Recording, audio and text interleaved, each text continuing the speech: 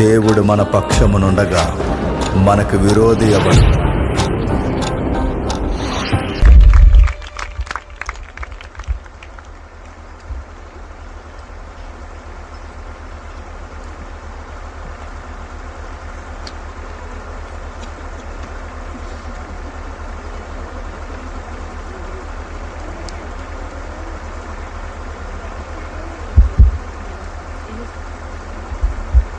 ప్రార్థన చేసుకున్నామండి. మా తండ్రి, ఈ ప్రత్యేకమైన బహిరంగ సభలు మరొక్కసారి ఈ ప్రాంతానికి మీరు తీసుకుని వచ్చినందుకు మీకు స్తుతులు. మీ దయగల హస్తంలో చేతండి మమ్మల్ని నడిపించండి. ప్రజలకు అవసరమైన సంగతులు బోధించడానికి మమ్మల్ని వాడుకుంటాం. ఎవరునూ వచ్చి శ్రోతలుగా ఉండిపోక పురాతనమైన కాలం నుండి మరుగైపోయిన అనేక సంగతుల తండ్రి బైబిల్లో లిఖింపబడి ఉన్న వాటిని తండ్రి వినగలిగేవారు, బోధించగలిగేవారు కరువైపోయారు. కాలయాపనకు తండ్రి వచ్చి వెళ్ళిపోయే భక్తులే ఎక్కువైపోయారు కానీ తండ్రి 4 విషయాలు నేర్చుకుని తండ్రి వారి జీవితాల్లో మీకును వారికి ఉండిపోయిన తండ్రి అగాధము తండ్రి మేము మోయలేని భారము, మేము కోల్పోయిన పరిస్థితులు ఏంటో అన్నటువంటి గ్రహించగలిగే మనుషులు తండ్రి దినదినం తండ్రి దిగజారుతున్నారు. తండ్రి మరొకసారి ఈ పురాతనమైన మాటలు మా కళ్ళ ముందుకు తీసుకురండి.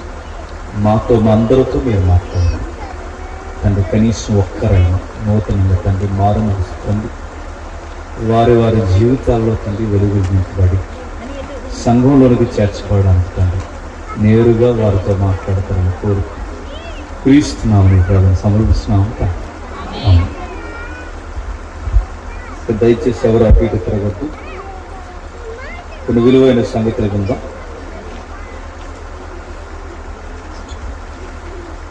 ఆదికాండము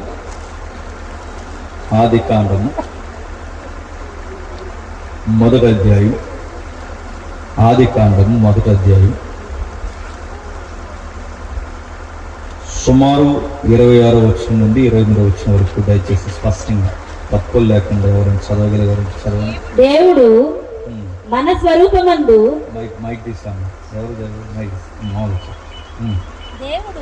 దేవుడు మన స్వరూపమందు మన పోలిక చొప్పున నరులను చేయుదము. సముద్రపు చేపలను ఆకాశ పక్షులను పశువులను సమస్త భూమిని భూమి మీద ప్రాకు ప్రతి జంతువును ఏలుదురుగాకనియు పలికెను. దేవుడు తన స్వరూపమందు నరుని సృజించెను. దేవుని స్వరూపమందు వానిని సృజించెను. స్త్రీనిగాను పురుషునిగాను వారిని సృజించెను. దేవుడు వారిని ఆశీర్వదించెను. ఎట్లనగా మీరు ఫలించి అభివృద్ధి పొంది విస్తరించి భూమిని నిండించి దానిని లోపర్చుకునుడి. సముద్రపు చేపలను ఆకాశ పక్షులను భూమి మీద ప్రాకు ప్రతి జీవిని ఏలుడని దేవుడు వారితో చెప్పెను. అందరి దగ్గర బైబిల్ ఉందా? అందరి దగ్గర. ఎవరి దగ్గర బైబిల్ లేకపోయినా పక్కవారి బైబిల్ చూడండి. బైబిల్ లేకుండా క్రైస్తవ సభలకు రాకూడదు. చెబుతున్నవాడు ఏం చెబుతున్నాడో వింటున్న మీరు జాగ్రత్తగా చూడాల్సిన బాధ్యత మీ ముందు. కాబట్టి బైబిల్ అనేది మన ఆత్మీయ జీవితానికి గౌరవం. కళ్యాణ మండపాలకు వచ్చినట్టు రాకూడదు.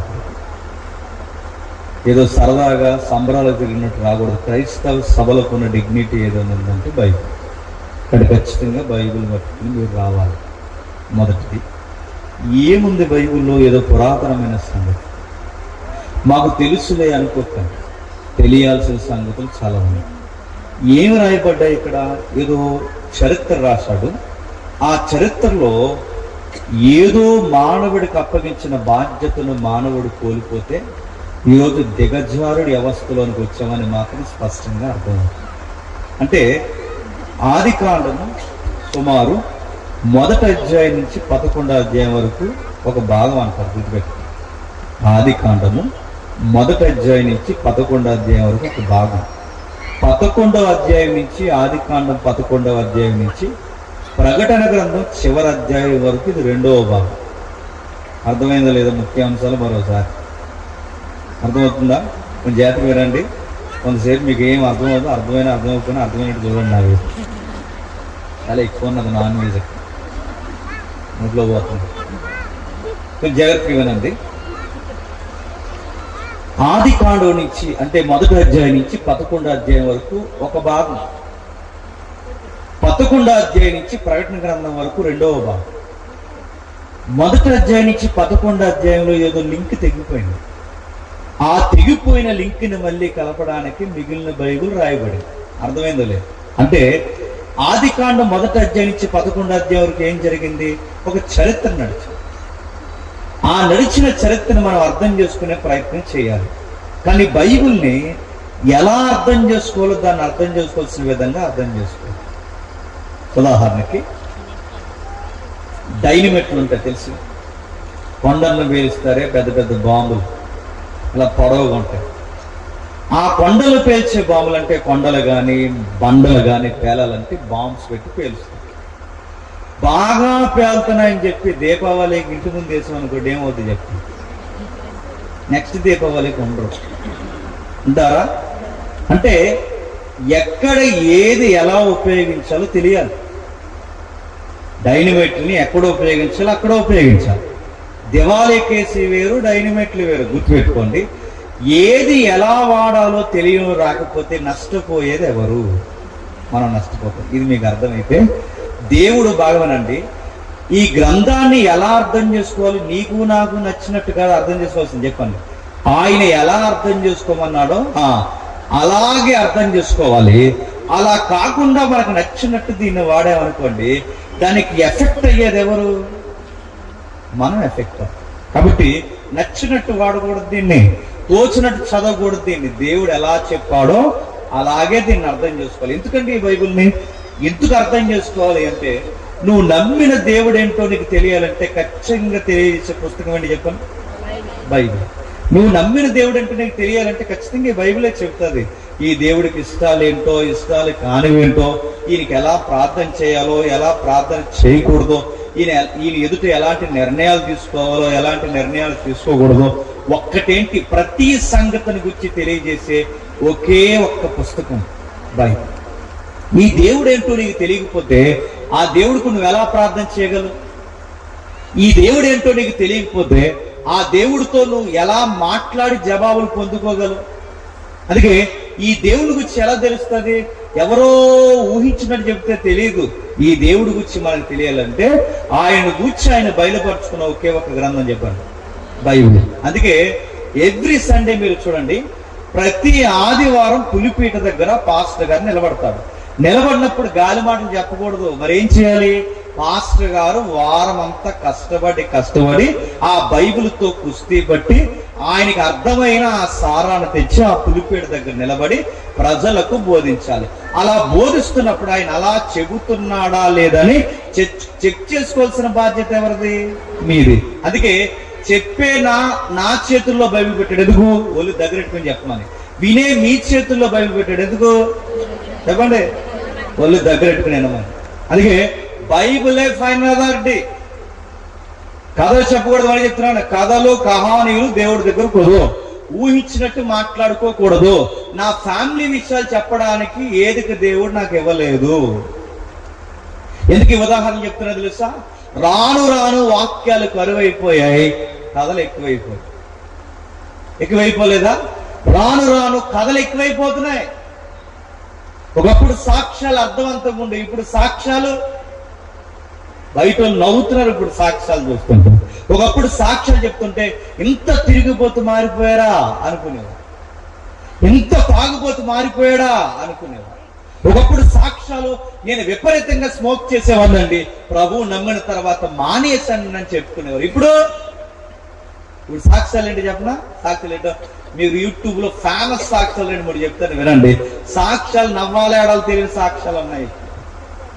ఆ సాక్ష్యాలు ఏంటి తెలుసు? ఒక పేరు చెప్పకూడదు, ఎందుకంటే వాళ్ళు మారాలని నేను కోరుకుంటున్నాను. ఆ సహోదరి సాక్ష్యం చెప్తే ఏమంటుందంటే, వాళ్ళ ఇంటి నిండా ఎలకలు వచ్చేసిందంట, చాలా బాధపడుతుందంట. అలా బాధపడుతున్నప్పుడు ఏంటి మై లార్డ్, ఏంటి ఈ ప్రాబ్లమ్ ని ఎలా ఫేస్ చేయాలి అని చాలా ట్రబుల్ అవుతుందంట. అలా ట్రబుల్ అవుతున్నప్పుడు దేవుడు ఆన్సర్ చేశాడంట.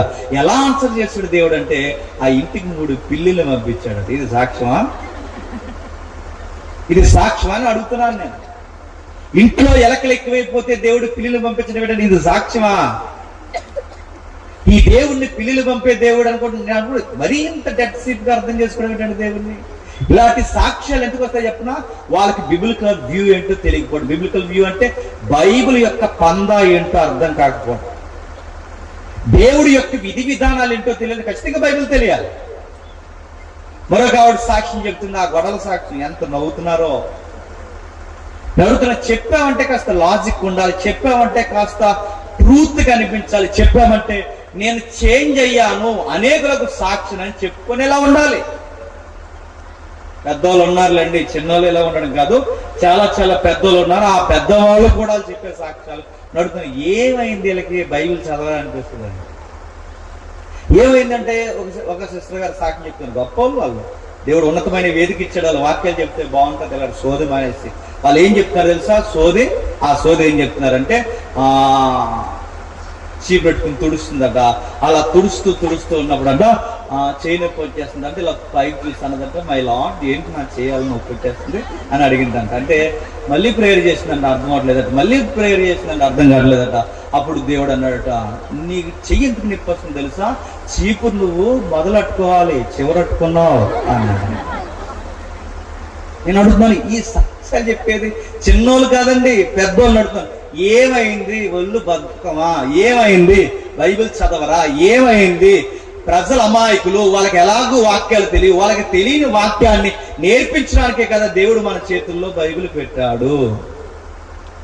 నేను ఎప్పటికీ ఇలా పేర్లు ఎందుకు ఎత్తలేదంటే, కనీసం ఇదన్నా విని మార్చుకుంటారు. వాళ్ళంటే నాకు గౌరవం ఉంది.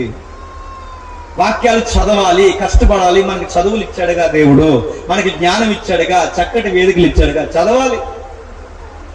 చదువుకున్న వాళ్ళు ఎలాంటి దిక్మాల సాక్ష్యం చెప్తున్నారు. చదువులేని ఒక ఆవిడ అంటుంది, వాళ్ళ ఆయనకి కర్రీ చేసి పెట్టిందంట, పప్పు. ఆ పప్పు చేసి ఆ పప్పులో పెట్టిన తర్వాత ఆయన్ని ఎలా ఉందండి అని అడిగిందంట. ఎలా ఉందంటే, నీ మొహంలో ఉందా అన్నాడట. అని అడిగితే, పప్పు ఉన్నప్పుడు పప్పులు ఉప్పు వేయాలి కదా, ఎప్పుడు ఎలాంటి ఎదవ పప్పు ఉండవు అన్నాడట. వెంటనే పక్క వచ్చేసి, వేస్తానండి ఉప్పు అనాలి కదా, పక్క వచ్చి అనేసిందట, చెప్పాలి కదా అందంట. ఎవరిని? యేసుప్రభు వారిని. ఇటు యేసుప్రభు వారిని అడుగుతుంది, పప్పులో ఉప్పు తక్కువైందని ఎవరు చెప్పాలట? నేను అడుగుతాను, చిత్తకొట్టేలాంటి ఎలా అంటున్నాను. ఇవి సాక్ష్యాలు అని అడుగుతుంది. ఇవి సాక్ష్యాలా? తన్మయత్నం. మళ్ళీ చెప్తాను, ఏదో మీరు దేవుడిని ఏదో ఊహించుకుంటున్నారు. మళ్ళీ చెప్తున్నాను, ప్రతి మానవ జీవితంలో, ప్రతి మానవ హృదయంలో, హ్యూమన్ బీయింగ్ లో ఉన్న అతి దరిద్రం ఏంటో తెలుసా? ఈ బైబిల్ ఉన్న దేవుడు మన గుండెల్లో ఉండడు. మనం అనుకున్న ఒక దేవుడిని ఆల్రెడీ మన గుండెల్లో పెట్టుకొని ఆ దేవుడిని ఆరాధిస్తున్నాం ఫీలింగ్ లో బతికేస్తాము. ఈ బైబిల్ ఉన్న దేవుడు లేడు మన గుండెల్లో. మనం ఓ దేవుడిని ఊహించుకుంటాం. ఆ దేవుడిని ఊహించుకొని మనకి నచ్చిందల్లా చేసేసి మనం ఏమనుకుంటామంటే, ఇది దేవుడికి నచ్చింది అనుకుంటాం. అందుకే బైబిల్ చెబితే ఈ రోజు వినే ప్రజలు లేరు, కానీ కథలు చెప్పండి ఇంత సెవిల్ అయిపోతాయి. నేను పలానా రోజు మాకు ఎంగేజ్మెంట్ జరుగుతున్నప్పుడు ఏం జరిగింది అనగానే మీ సెవిలు ఎంత అయిపోతాయి. ఏం జరిగింది? నా బొంద జరిగింది. ఏం జరిగింది? నా ఎంగేజ్మెంట్ కోసం మీకెందుకు?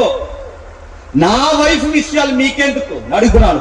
ఇవే చెత్త విషయాలంటే ప్రజలు కూడా ఎక్కువగా ఈ యూట్యూబ్, సోషల్ మీడియాలో, ఇలాంటి ఈ వేదికల మీద, ఈ సోషల్ మీడియాలో ప్రజలు ఎక్కువ ఏం చూస్తున్నారంటే తిండి వీడియోలు ఎక్కువ చూస్తున్నారు. ఏ వీడియోలు? తిండే. ఆ కూర ఎలా వండుకోవాలి, ఈ కూర ఎలా వండుకోవాలి, అమెరికా ఫుడ్ ఎలా వండుకోవాలి, ఇండియన్ ఫుడ్ ఎలా వండుకోవాలి, ఎక్కడెక్కడ దరిద్రం అంతా అందుకే చూడండి. ఆధ్యాత్మిక వీడియోలకు వ్యూస్ తక్కువ ఉంటాయి, తిండి వాటికి వీడియోలు ఎక్కువ ఉంటాయి. మీరు చూడండి, అడుగులు ఎలా వండుకోవాలి, చేలో ఎలా వండుకోవాలి, కాలువలు ఎలా, అన్ని ఏ గొడవలండి. ఈ జనాలు ఇవి బాగా చూస్తున్నారని కొంతమంది ప్రసంగికులు వాక్యాలు చెప్పడం మానేసి వాళ్ళు ఏం చెప్తున్నారు తెలుసా? క్రైస్తవులు బిర్యానీ ఎలా వండుకోవాలి, అందరిలా వండుకోలేక పోతారు. ఇదో టైట్లో ఇది చెప్పేది ఎవరు చెప్పిన ఒక ఇంటర్నేషనల్ స్పీకర్. క్రైస్తవులు బిర్యానీ అందరిలాగా వండుకోవాలి అయ్యా. క్రైస్తవులు గోంగూర పచ్చడి ఎలా పెట్టుకోవాలి, క్రైస్తవులు బిర్యానీ ఎలా వండుకోవాలి. మీరు చూస్తున్నారా? చూడండి, నన్ను పేర్లు అడగండి, మీరు చూడండి. గొప్ప గొప్ప దైవ జనరాలు చెప్పుకునే వాళ్ళు కిచెన్ రూమ్ వీడియోలు పెడతారు. పని పాట లేదండి కదా, వాక్యాలు ఇన్ని ఉన్నాయని అడుగుతారు. ఆది కాండపు మొదటి అధ్యాయం ఈ మొదట వచనాలే అర్థం కాని ఎన్నో విషయాలు ఉన్నాయి. మళ్ళీ చెప్తున్నాను, ఎన్నో విషయాలు మనకు తెలిసి అనుకోకండి, మనకు తెలియని విషయాలు ఉన్నాయి. ఏముంది అందులో? ఒక నిగూఢమైన సత్యం ఉంది. ఏముంది? కింగ్షిప్ ఉంది అక్కడ. రాజరికపు వ్యవస్థలో రాజరికపు ఆరాధన ఉంది. మనను గూర్చి, మన ఉనికిని గూర్చి మాట్లాడే ఒక విలువైన సత్యం ఉంది. దాన్ని తెలుసుకోవాలి. ఎలా తెలుసుకోవాలి? విశ్వాసమందు భయముతో వణుకుతో, ఫిలిప్పీ పత్రికలో అంటాడు, భయముతో వణుకుతో మన సొంత రక్షణ కొనసాగించాలి. జాగ్రత్త కలిగి మన భక్తిని ఏంటో మనం తెలుసుకోవాలి. జాగ్రత్త ఏంటో, మన భక్తిని ఏంటో మనం తెలుసుకోవాలంటే దేవుడు ఏదో ఉద్దేశంతో ఈ గ్రంథాన్ని రాయించాడు. ఆ గ్రంథాన్ని అర్థం చేసుకునే ప్రయత్నం చేయాలి. ఏమి రాయించా ప్రభు అంటే ఒక విచిత్రమైన అడ్మినిస్ట్రేషన్ ఉంది అని మనకు చెప్తుంది. ఏమంటున్నాడు? ఆకాశ పక్షులను, భూమి మీద పాకే జీవులను, ఒక్కటి కాదు రెండు కాదు, యావత్తు జీవరాశిని మానవుడు ఏలాలంట. అర్థమవుతుందా? ఎవరు ఏలాలట? యావత్తు జీవరాశిని మానవుడు ఏలాలట. ఎలా ఏలాలట? ఆ ఏలుతున్నప్పుడు తన స్వరూపమందు తన పోలిక, తన స్వరూపమందు తన పోలిక. తన స్వరూపం అంటే చెప్పండి, తన స్వరూపం అంటే రెండోసారి చెప్పండి. తన స్వరూపం అంటే చెప్పండి. స్వరూపం అంటే ఏంటి చెప్పాలి. స్వరూపం అంటే ఏంటి చెప్పండి. నేను వాళ్ళు స్వరూపం అంటే రూపం అంటే సాధించేసి రూపం పెట్టారు.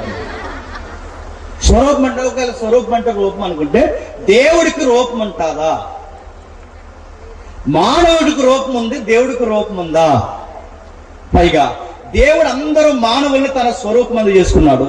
ఇంతమంది ఉన్నాం, నల్లగా ఉన్నాం, తెల్లగా ఉన్నాం, పొడవుగా ఉన్నాం, పొట్టుగా ఉన్నాం, కొందరు రకరకాల వ్యక్తులు ఉన్నాడు. ఇన్ని ఆకారాల్లో, ఇన్ని రకాల్లో దేవుడు ఇంత మందిలో ఎవరిలా ఉంటాడంటే ఎలా చెప్పగలం? చెప్పండి. నల్లగుంటాడా, తెల్లగుంటాడా, పొట్టుకుంటాడా, పొడవగుంటాడా, ఎలా ఉంటాడు? ఆయన గురించి ఎలా మాట్లాడగలం? అందుకే స్వరూపం అంటే ఇది కదా. ఎందుకంటే ఆయనకి స్వరూపము లేదు. మరి స్వరూపం అంటే ఏంటి? అక్కడ స్వరూపం అంటే గుణగణాలు. ఏంటి? గుణగణాలు, క్యారెక్టర్.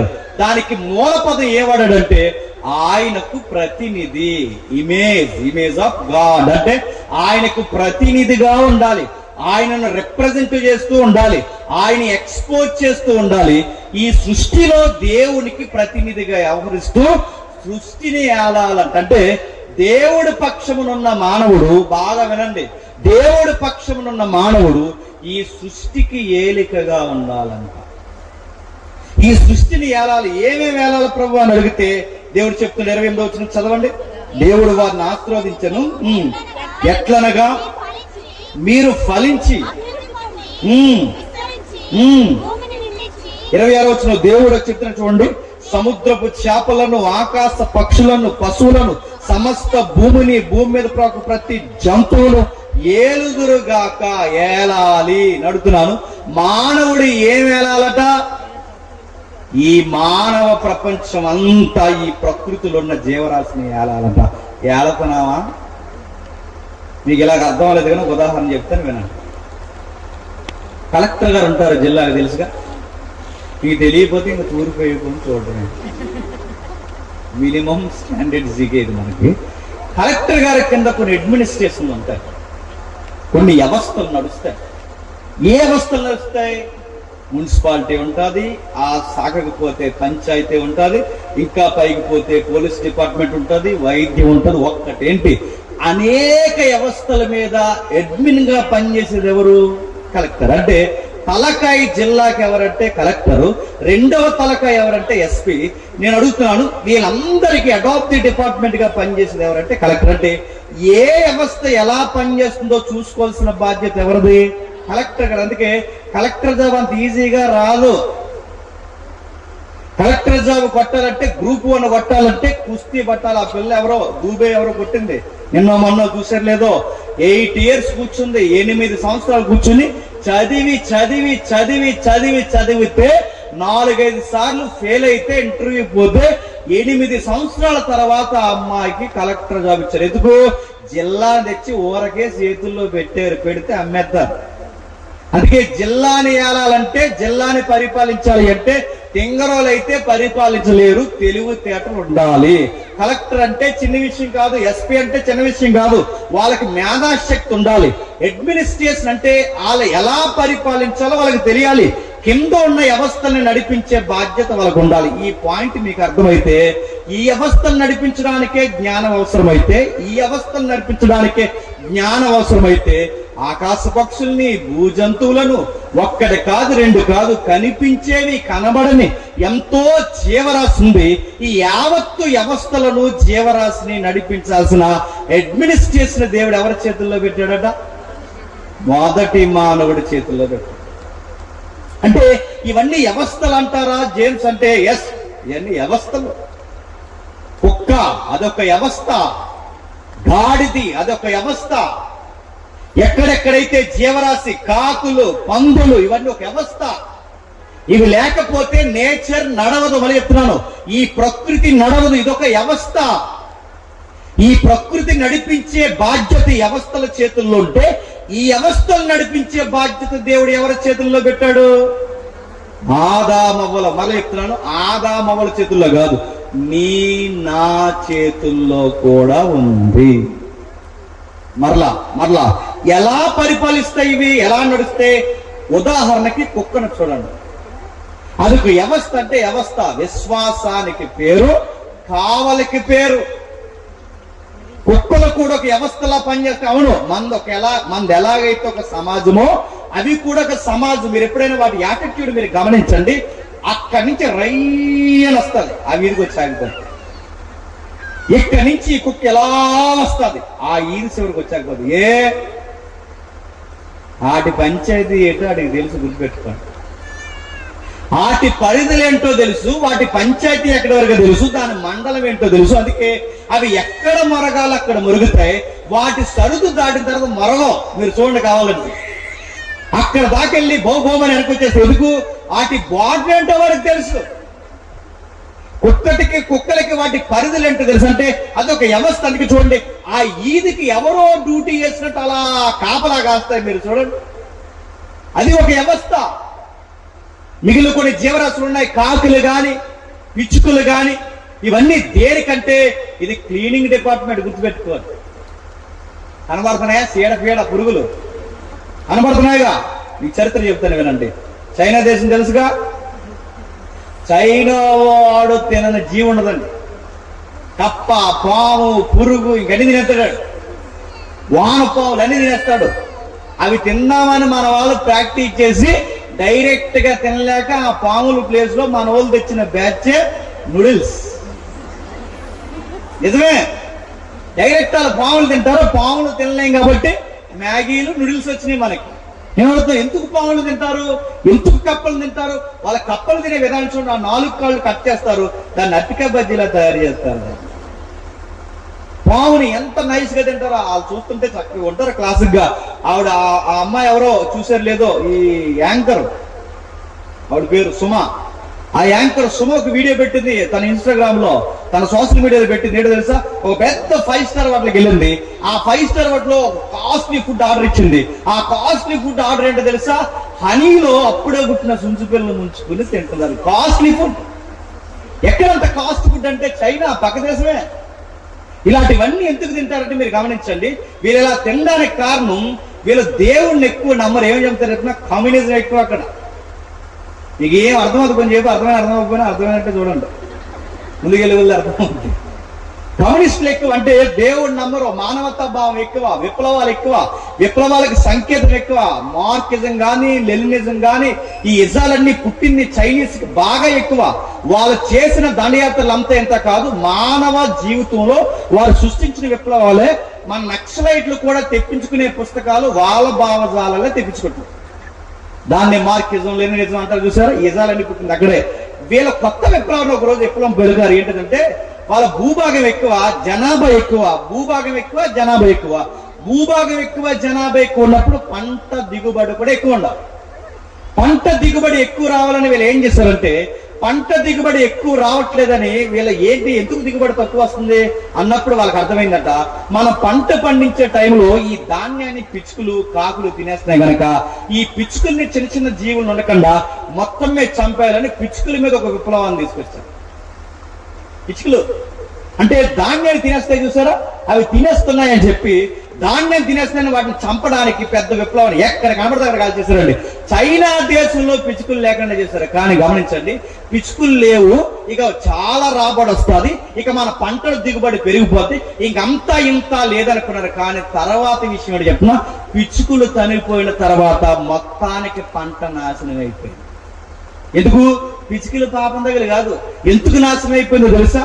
పిచ్చుకలు లేని తర్వాత పంట ఇంకా నష్టపోవడానికి కారణం, పంటకి కనబడని చీడ ఉంటుంది, చీడ తిరుగుతుంది కదా, ఈ చీడపీడ.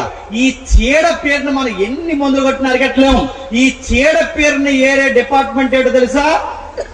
పిచ్చుకలు పక్షులు అవి ఏరేసారు. అందుకే అది ఎప్పుడైతే వాళ్ళు ఏరేసారో ఆ జీవుల్ని ఆ పక్షులు లేకుండా ఎప్పుడైతే చేశారో నోటికందే పంట కూడా పండకుండా పోయిన తర్వాత అప్పుడు వాళ్ళకి అర్థమైంది, విపరీతమైన కరువు వచ్చింది. ఆ కరువు టైంలో ఇక ఏం తినాలో తెలియక దొరికిందల్లా తిండం మొదలెట్టారు. ఆ దొరికిందల్లా తిండం మొదలెట్టడంలో అలవాట్లే పావులు కప్పులో తినడం అలవాటైంది. గుర్తుపెట్టి అర్థమైన చరిత్ర అంటే మీరు గమనించండి, ప్రతి వ్యవస్థ ఈ ప్రకృతిని ఒక సమకాలంలో పరిపాలించడానికి లేదా ఒక సమక్రమానుగతంగా నడిపించడానికి ఈ వ్యవస్థలు పరిపాలిస్తున్నాయి. ఇంకా ఏమున్నాయి? రకరకాల జీవులు ఉన్నాయి. ఇంకా ఏమున్నాయి? పందులు, అది క్లీనింగ్ సెక్షనే. రకరకాలు ఉన్నాయి, చూడండి, ఎన్నో విషయాలు ఉన్నాయి. వీటన్నిటిని మీరు ఇంకా ఆశ్చర్యపోయేది చెప్పిన, మన కడుపులో మనం తిన్నది అరగాలన్నా మన కనబడని ఒక జీవులు ఓటమి లోపల ఫైట్ చేస్తే గాని మనకు అరగదు. మీరు అనుకుంటే లోపల నాకు జీవులు ఉన్నాయి, అవి లేకపోతే పోతావు. ఇంకో విషయం చెప్పిన, పెరుగు వేసుకుంటామా? గడ్డ పెరుగని, పెరుగని, జిన్నని, గుడ్డని ఇవన్నీ వేసుకుంటామని అడుగుతున్నారు. ఏంటి చెప్పిన? బ్యాక్టీరియా అంటారు, గుర్తుపెట్టుకో. ఇంకా మీకు అర్థం కావాలంటే కనబడని సూక్ష్మ జీవులు, అంటే కొన్ని జీవులు అలా దగ్గరికి అయిపోతే దాని పేరే పెరుగు. పెరుగు పొల్లగా ఎందుకు అవుతుంది చెప్పినా గుర్తుపెట్టండి. ఆ జీవి, ఆ బ్యాక్టీరియా చచ్చిపోతే అది ఎక్స్పైర్ అయిపోయిన తర్వాత ఆ పెరుగు చెప్పండి చేదు వస్తుంది. మీరు అనుకుంటారు చీ అనకండి, అయ్యే తిని వదులుతున్నాం. ఇన్ని వ్యవస్థలు కనబడని ఇంత వ్యవస్థ పరిపాలన జరుగుతుంది. వీటన్నిటినీ క్రమానుగతంగా నడవాలి అంటే ఒక్కరు తినంగా ఉండాలట. అతగాడు పేరేని చెప్పండి, మానవుడు. ఎవరు? మానవుడు. అంటే ఈ మానవుడి మీద దేవుడిని పెట్టాడు, ఇన్ని నడిపించమని దేవుడు కోరుకున్నాడు. ఈ మానవుడు ఎంత పెద్ద వ్యవస్థను నడిపించాలంటే ఖచ్చితంగా దేవుడు దీన్ని బాసులాగా ఈ మనిషికి తయారు చేయాలి. అంటే మానవుడి పట్ల దేవుడికున్న గొప్ప ప్రణాళిక ఏంటో తెలుసా? ట్రైనింగ్ ఇవ్వాలనుకుంటా. ఏమి ఇవ్వాలి? ఇప్పుడు ఒక పెద్ద ఆఫీసర్ ఉన్నారండి, లేదా ఒక సిఏ, లేదా ఒక ఎస్ఐ, లేదా ఒక ఎస్పీ, లేదా ఒక కలెక్టర్, ఎవరో ఒకరు ఉన్నారు. మీరు చూడండి, వెంటనే విధి నిర్వహణలో పెట్టేస్తారా? ఉద్యోగం వచ్చినట్టు వెంటనే విధి నిర్వహణలో పెడతారా? అసాధ్యం. కొన్ని నెలలు ట్రైనింగ్ ఉంటుంది, ఆ ట్రైనింగ్ తర్వాత మళ్ళీ ప్రొఫెషన్ పీరియడ్ ఉంటుంది, ఆ పీరియడ్ తర్వాత ఆయనకు అనుభవం రావాలి. అంత అనుభవం వచ్చిన తర్వాత ఇప్పుడు చెయ్యగలడు అన్నప్పుడు అప్పుడు ఆ ఉద్యోగాన్ని ఆయన చేతుల్లో పెడతారు, ఆ బాధ్యత ఆయన చేతుల్లో పెడతారు. ఇది మీకు అర్థమైతే ఇప్పుడు డైరెక్ట్ గా దేవుడు ఏమన్నాడు? ఆకాశ పక్షులను, భూ జంతువులను, భూమి మీద ప్రాకు ప్రతి జీవిని ఏలుడని చెప్పాడు. ఈ యావత్తు భూమిని ఇదంతటిని ఏలమన్నప్పుడు డైరెక్ట్ గా తెచ్చి దేవుడి చేతుల్లో పెట్టేస్తాడా? పెట్టాడు. ఆదాము కూడా ఏం అవసరం చెప్పండి? ట్రైనింగ్ అవసరం. ఎలా ట్రైనింగ్ అవసరం? ఇప్పుడు స్టార్ట్ చేస్తాడు చూడండి. 2వ అధ్యాయం రండి. 1వ అధ్యాయంలో ప్రాజెక్ట్ ఏంటో చెప్పాడు. 2వ అధ్యాయంలో ట్రైనింగ్ ఎలా స్టార్ట్ చేస్తాడో ఒకసారి చూడండి. 2వ అధ్యాయం 15వ వచనం నుండి. దేవుడైన యెహోవా నరుని తీసుకొని ఏదేని తోటను సేద్యపరచుటకు దానిని కాచుటకును దానిలో ఉంచిన బాగానండి. ఏదేను తోటను సేద్యపరచుటకును దానిని కాచుటకును. ఇందాకేదో చదివే వచనాలు. ఏ వచనాలు చెప్పండి, మీరు స్పందించండి, చెప్పాలి. ఇందాకేదో వచ్చిన వాళ్ళు చదివాం, మళ్ళీ చెప్తున్నాను వినండి. మీరు స్పందిస్తే త్వరగా అయిపోద్ది, మీరు స్పందించకపోతే ఇంకా త్వరగా అయిపోద్ది. స్పందించండి అడుగుతున్నాను. ఈ వచనం చదివితే ముందు, ఈ వచనం చదివి ముందు అంటే తోటను సేద్యపరచుటకు కాచుటకు, సేద్యపరచుటకు కాచుటకు, సేద్యపరచుటకు కాచుటకు, తోటని కాయుటకు దాన్ని సేద్యపరచుటకు. మరి ఇందాక మొదటి అధ్యాయంలో ఏం కాయమని చెప్పాడు?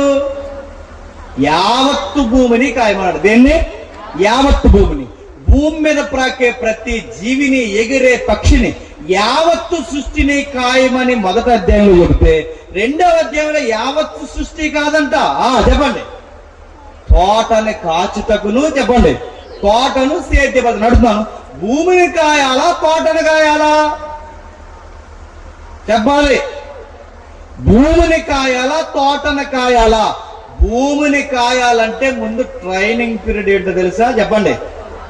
అంటే మీకు అర్థం అవ్వాలి.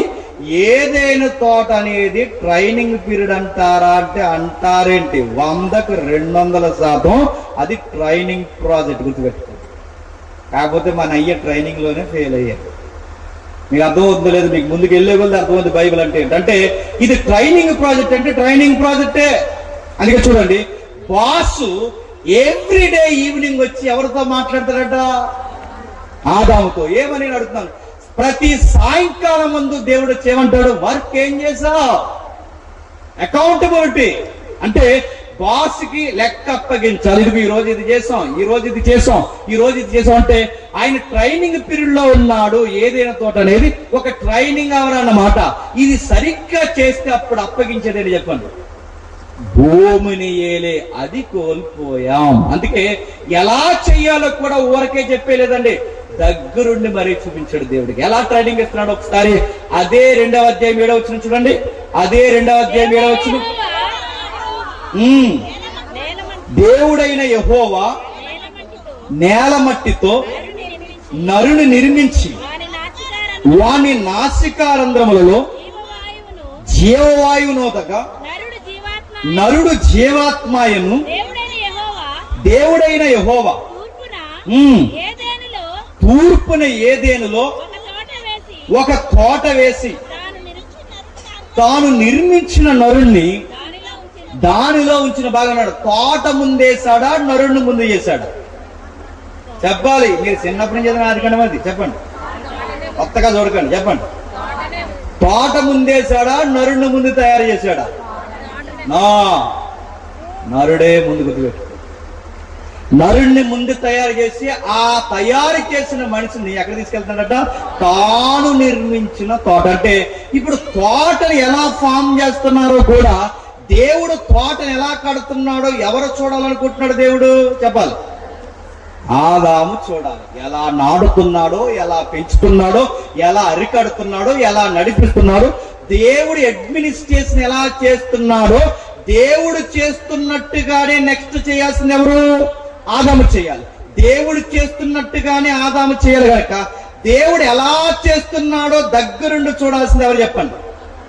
అంటే ఇప్పుడు ఆదాము చూస్తుండగానే ఇవన్నీ చేస్తున్నాడు. అవును, ఆదాము చూస్తుండగానే చెట్లు ఆదాము చూస్తుండగానే వేశాడు. ఆదాము చూస్తుండగానే తోటను పెట్టాడు. ఇంకా విచిత్రమైన చెప్పిన, ఆదాము చూస్తుండగానే ఆదాము దగ్గరికి జంతువుల్ని పిలిచాడు. పిలిచేమన్నాడు? అప్పటికి పేర్లు పెట్టలేదు. పిలిచేమన్నాడు? పిలిచి వాటికి పేర్లు పెట్టమన్నాడు.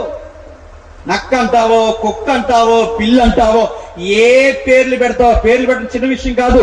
వాటి స్వభావానికి తగిన పేర్లు పెట్టాలి. ఆ పేర్లు పెట్టాలని ఎంత నాలెడ్జ్ ఉండాలండి? సరిగ్గా 10 పేర్లు ఒక్క తిప్పుగానే చెప్పలేము మనం. కానీ కొన్ని వందల వేల పేర్లు ఆదాం పెట్టాలంటే ఎంత నాలెడ్జ్ ఉండాలంటే ఇవన్నీ ఆదాంకి ఏం చేస్తున్నాడు చెప్పండి? ట్రైనింగ్ ఇస్తున్నాడు దేవుడు.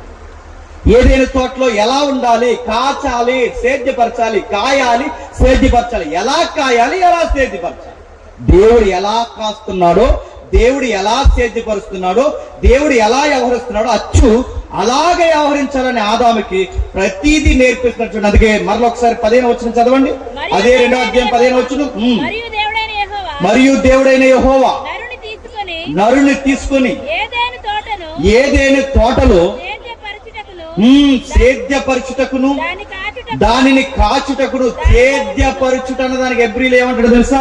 సేద్యపరచుట అన్న దానికి ఎబ్రిలో అబాండ్. అదేంటనకండి అర్థమైనట్టే. అబాండ్ అంటాడు. అబాండ్ అంటే అర్థం ఏంటంటే చెట్లు దగ్గర బాధ్యతగా పనిచేసే వర్క్ ని, వ్యక్తుల్ని ఏమంటారంటే అబాండ్ అంటారంటే. ఎందుకు ఈ పదాలు చెప్తున్నాడు వినండి. రెండోది, సేద్యపరచుట అనగానే సమార్ అంటారంటే ఒక యాజకుడు గుడి దగ్గర చేస్తాడే పని, ఒక యాజకుడు గుడి దగ్గర చేస్తాడు పని, పూజారి పని. ఆ పూజారి పని ఏమంటారంటే సమార్. అంటే ఇప్పుడు ఆదాముకి అబాండ్ సమార్ అన్నాడంటే ఎలా ఉండాలి? చెట్టుల్ని ఎంత జాగ్రత్తగా ఒక వ్యక్తి కడతాడో, చంటి పిల్లల్ని ఎలాగైతే చూసుకున్నట్టు, మొక్కల్ని పిల్లల్ని చూసుకున్నట్టు ఒక వ్యక్తి ఎంత జాగ్రత్తగా ఎలాగైతే చూసుకుంటాడో, ఉదయ సాయంకాలం వేళ ఎండ నీరు నీడ సరిగ్గా తగులుతున్నాయా లేదని పిల్లని చూసినట్టు మొక్కను చూడకపోతే మొక్క ఎలా చచ్చిపోద్దో ఆ పని చేసేవారిని అబాండ్ అంటారు. యాజకుడు దేవుడికి మానవుడికి మధ్యవర్తిగా పనిచేసే వ్యక్తిని సమార్వర్క్ అంటారు. అంటే ఈ పనిని యాజకత్వ పని ఒకటి మొక్కలను పంచినట్టుగా, రెండు చెబుతున్నాడు దేవుడు. ఇదిగో దేవుడు చేస్తున్న రెండో పని ఏంటో తెలుసా? యాజకత్వ పని చేస్తున్నట్టుగా చేయాలట మాను. ఈ రెండు పనులు చేయాలి. ఇప్పుడు బాగా వినండి. యాజకుడు, పూజారి ఎక్కడ ఉంటాడండి? చెప్పాలి. పూజారి ఎక్కడ ఉంటాడు? రెండోసారి చెప్పండి. పూజారి ఎక్కడ ఉంటాడు? ఎక్కడ? ఇప్పుడు బాగా వినండి. ఇదే పూజారి పని ఇప్పుడు దేవుడు ఎవరికి చెప్తున్నాడు చెప్పండి? ఎవరికి? ఆదాముకి. దేవుడికి పూజారి పని అంటే ఈ పని దేవుణ్ణి ఆరాధించడం లాంటిదన్నమాట. ఇప్పుడు ఈ పని దేవుడికి ఆదాముకు అప్పగిస్తే ఆదాము ఈ పని చేస్తుంటే ఇప్పుడు దేవుడు పూజారి పని ఆదాముకు అప్పచెప్తే గుడిలో చేయాలి కదండి. ఈ పని ఎక్కడ చేయాలి? గుడిలో చేయాలి. ఇప్పుడు దేవుడు గుడి ఏది ఆ రోజుల్లో? చెప్పాలి. దేవుడు గుడి ఏంటి చెప్పాలి? చక్కగా చెప్తున్నారు. చెప్పండి. ఏదేని తోటే గుడి. ఇంకే విషయం చెప్తున్నా, ఏదేను తోటే కాదు, ఈ యావత్తు భూమి కూడా దేవుడు ఉండాలని కోరుకున్న ఆయన నివాస స్థలం ఎక్కడుంది? అదే అధ్యాయం చూడండి ఒకసారి. అదే 2వ అధ్యాయం మొదటి వచనాలు, అదే 2వ అధ్యాయం మొదటి వచనాలు, అదే 2వ అధ్యాయం మొదటి వచనాలు. వాటిలో ఉన్న సమస్త సమూహమును సంపూర్తి చేయబడును.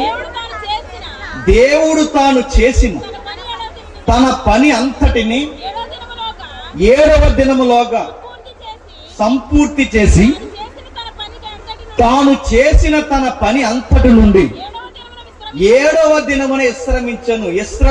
మరి చెప్తున్నాను, విశ్రమించడం అంటే ఏంటి చెప్పాలి.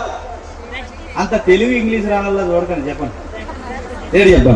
విశ్రమించడం అంటే ఏంటి చెప్పాలి. చెప్పండి. ఎవరు చెప్పారు రెస్ట్ అని?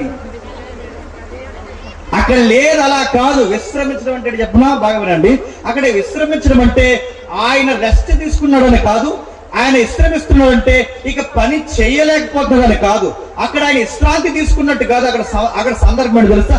విశ్రమించుట అంటే బాగా వినండి, రెస్ట్ తీసుకుని కూర్చున్నాడని కాదు, అక్కడ సెటిల్ అయ్యాడు. విశ్రమించడంటే ఇప్పుడు జేమ్స్ గారు ఇక్కడ విశ్రమించారంటే ఏంటండి చెప్పాలి. అందులోకి చూడనా?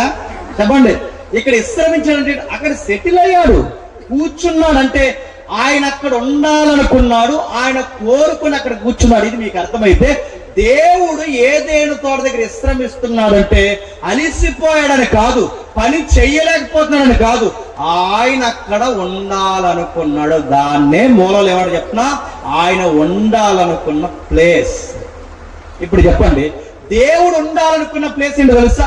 ఏదేను వనం. అంటే ఏదేను వనంలో భూలోకం. అంటే ఈ భూలోకంలో ఎందుకు ఉండాలనుకున్నాడు? ఈ భూలోకంలో దేవుడు ఎందుకు అనుసంధానం చేయాలనుకున్నాడు అంటే దేవుడు చేసిన పని ఏంటో గుర్తుపెట్టుకోండి.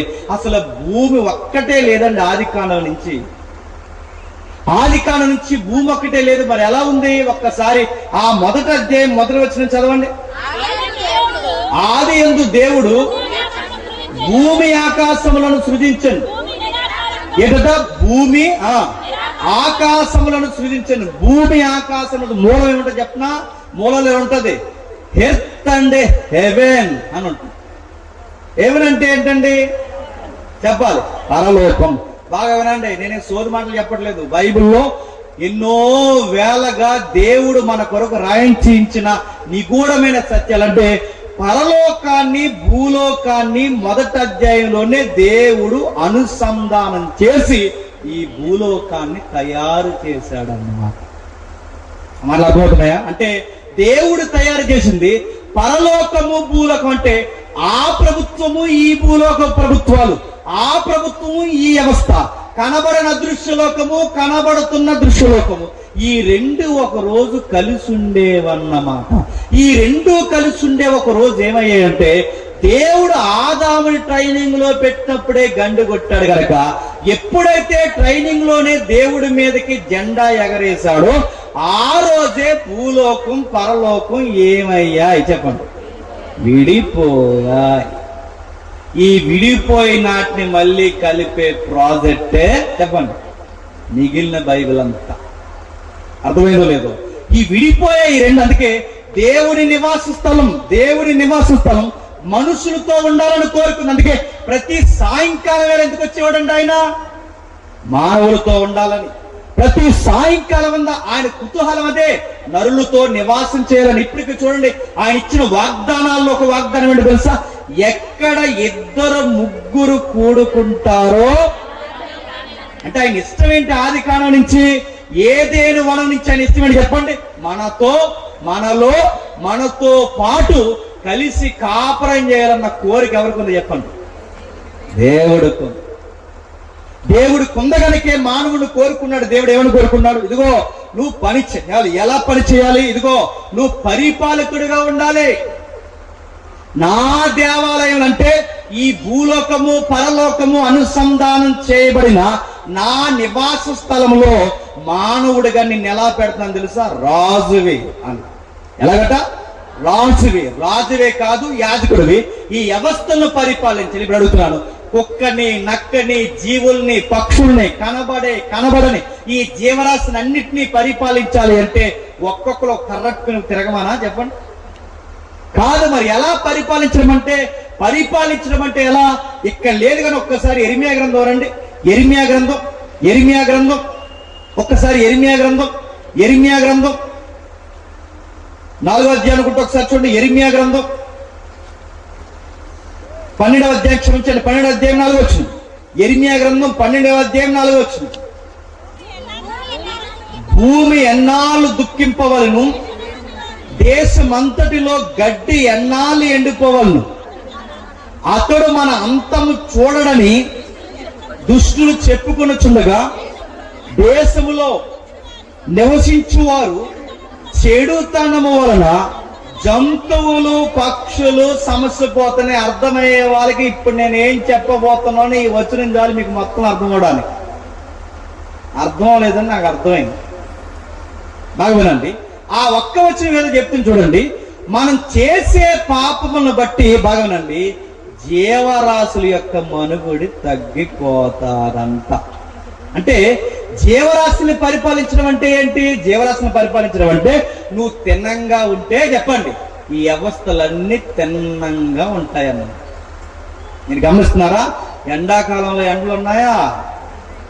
వర్షాకాలంలో వర్షాలు పడుతున్నాయా? చలికాలంలో చలి ఉంటుందా? చలికాలంలో వర్షాలు వస్తున్నాయి. ఎండాకాలంలో ఎడారిలో మంచాడుతుంది. రివర్స్ అయిపోతుంది. ఎందుకు ఇలా భూమి దుఃఖిస్తుంది? ఎందుకు దుఃఖిస్తుంది? మనం పాపం చేస్తేనట ఎఫెక్ట్ ఎక్కడ తగులుద్దట?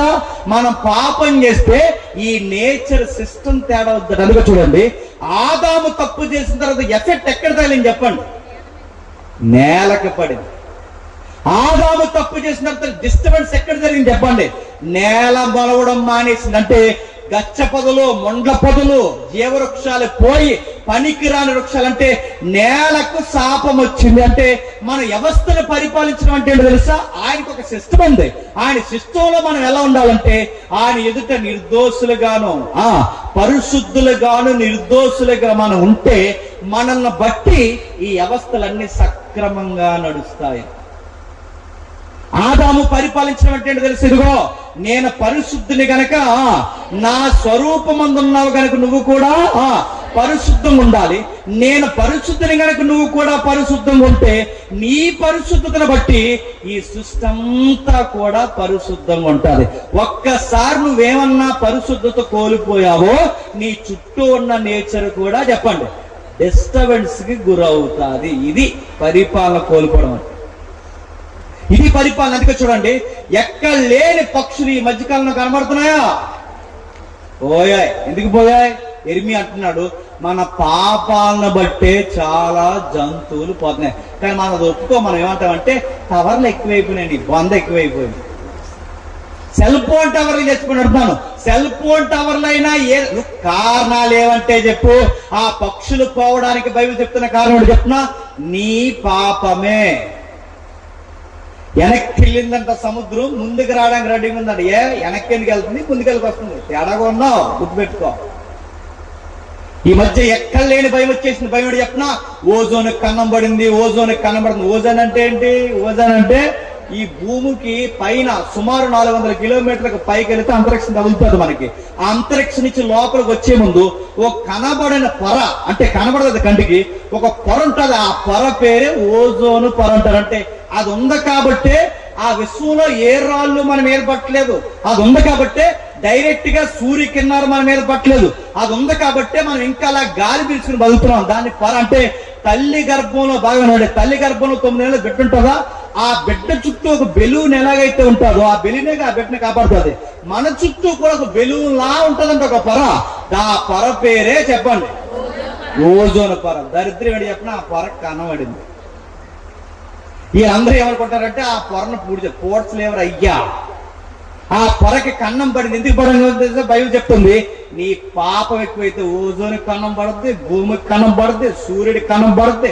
ఒక్కడి కాదు, గుర్తుపెట్టుకో. ఈ వ్యవస్థ అంతా డిస్టర్బెన్స్ అవ్వడానికి కారణం ఏంటి చెప్పండి? మనం చేసే పాపం. ఆదాము పాపం చేశాడు, భూలోకానికి పరలోకానికి అనుసంధానం తెగింది.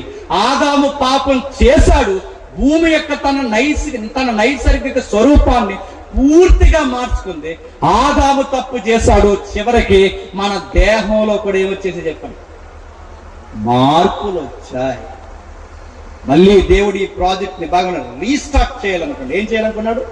రీస్టార్ట్ అంటే మళ్ళీ కట్టాలనుకున్నాడు, మళ్ళీ యథాస్థితికి తేవాలి, మళ్ళీ ఎలాగున్నాలా పాత వైభవాన్ని తేవాలని దేవుడు ఏం చేశాడంటే మళ్ళీ తన ఆజ్ఞలు పాటించమని.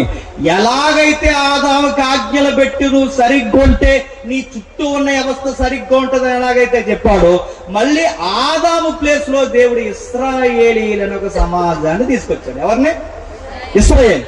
ఇప్పుడు ఏమన్నాడు? ఆదాముకి ఎలాగైతే ఆజ్ఞలు పెట్టాడో ఇశ్రాయేలుకు కూడా ఆజ్ఞలు పెట్టి ఏమన్నాడంటే, మీరు సరిగ్గా నా ఆజ్ఞలు పాటిస్తే మీ గుడారంలోనికి ఏ తెగులు రాదు, మీ పిండి పిసుకు తొట్టే, మీ బుడ్డులో నూనె అంతా ఏ మాత్రం తరగదు. ఎప్పుడు? షరతులు వర్తిస్తాయి. ఏ షరతులు? ఆదాము పండు తెంచకూడదన్న షరతు ఎలాగైతే దాటకూడదో, నా ధర్మశాస్త్రపు ఆజ్ఞలు కూడా మీరు దాటలేనప్పుడు నీకు ఎలా ఉంటుందో తెలుసా? మీ గుడారానికి తెగులు కూడా రాదు. అంటే ఆదాము ప్లేస్ ఇప్పుడు దేవుడు ఎవరిని చూడాలనుకుంటున్నాడు చెప్పండి? ఇశ్రాయేల్ని. ఆ ఇశ్రాయేల్ని చూడాలనుకున్నాడు కనుక ఆదాముతో దేవుడు ఉండాలనుకున్నప్పుడు ఆ రోజు ఏదేను తోట నివాస స్థలం. బాగానండి, ఆ రోజు నివాస స్థలంగా తోట. ఇప్పుడు ఇశ్రాయేల్ మధ్య దేవుడు ఉండాలనుకున్నాడు కనుక సొలొమోను మధ్య ఒక నివాస స్థలం కట్టించాడు సొలొమోనుతో. ఆ సొలొమోనుతో కట్టించిన నివాస స్థలం పేరు సొలొమోను మందిరం. ఆ మందిరం ఎలా కట్టాడు ఒక్కసారి చూడండి. ఎలా కట్టాడు ఒక్కసారి రండి. మొదటి రాజుల గ్రంథం 6వ అధ్యాయం. మొదటి రాజుల గ్రంథం 6వ అధ్యాయం 29వ వచనం. మొదటి రాజుల గ్రంథం 6వ అధ్యాయం 29వ వచనం.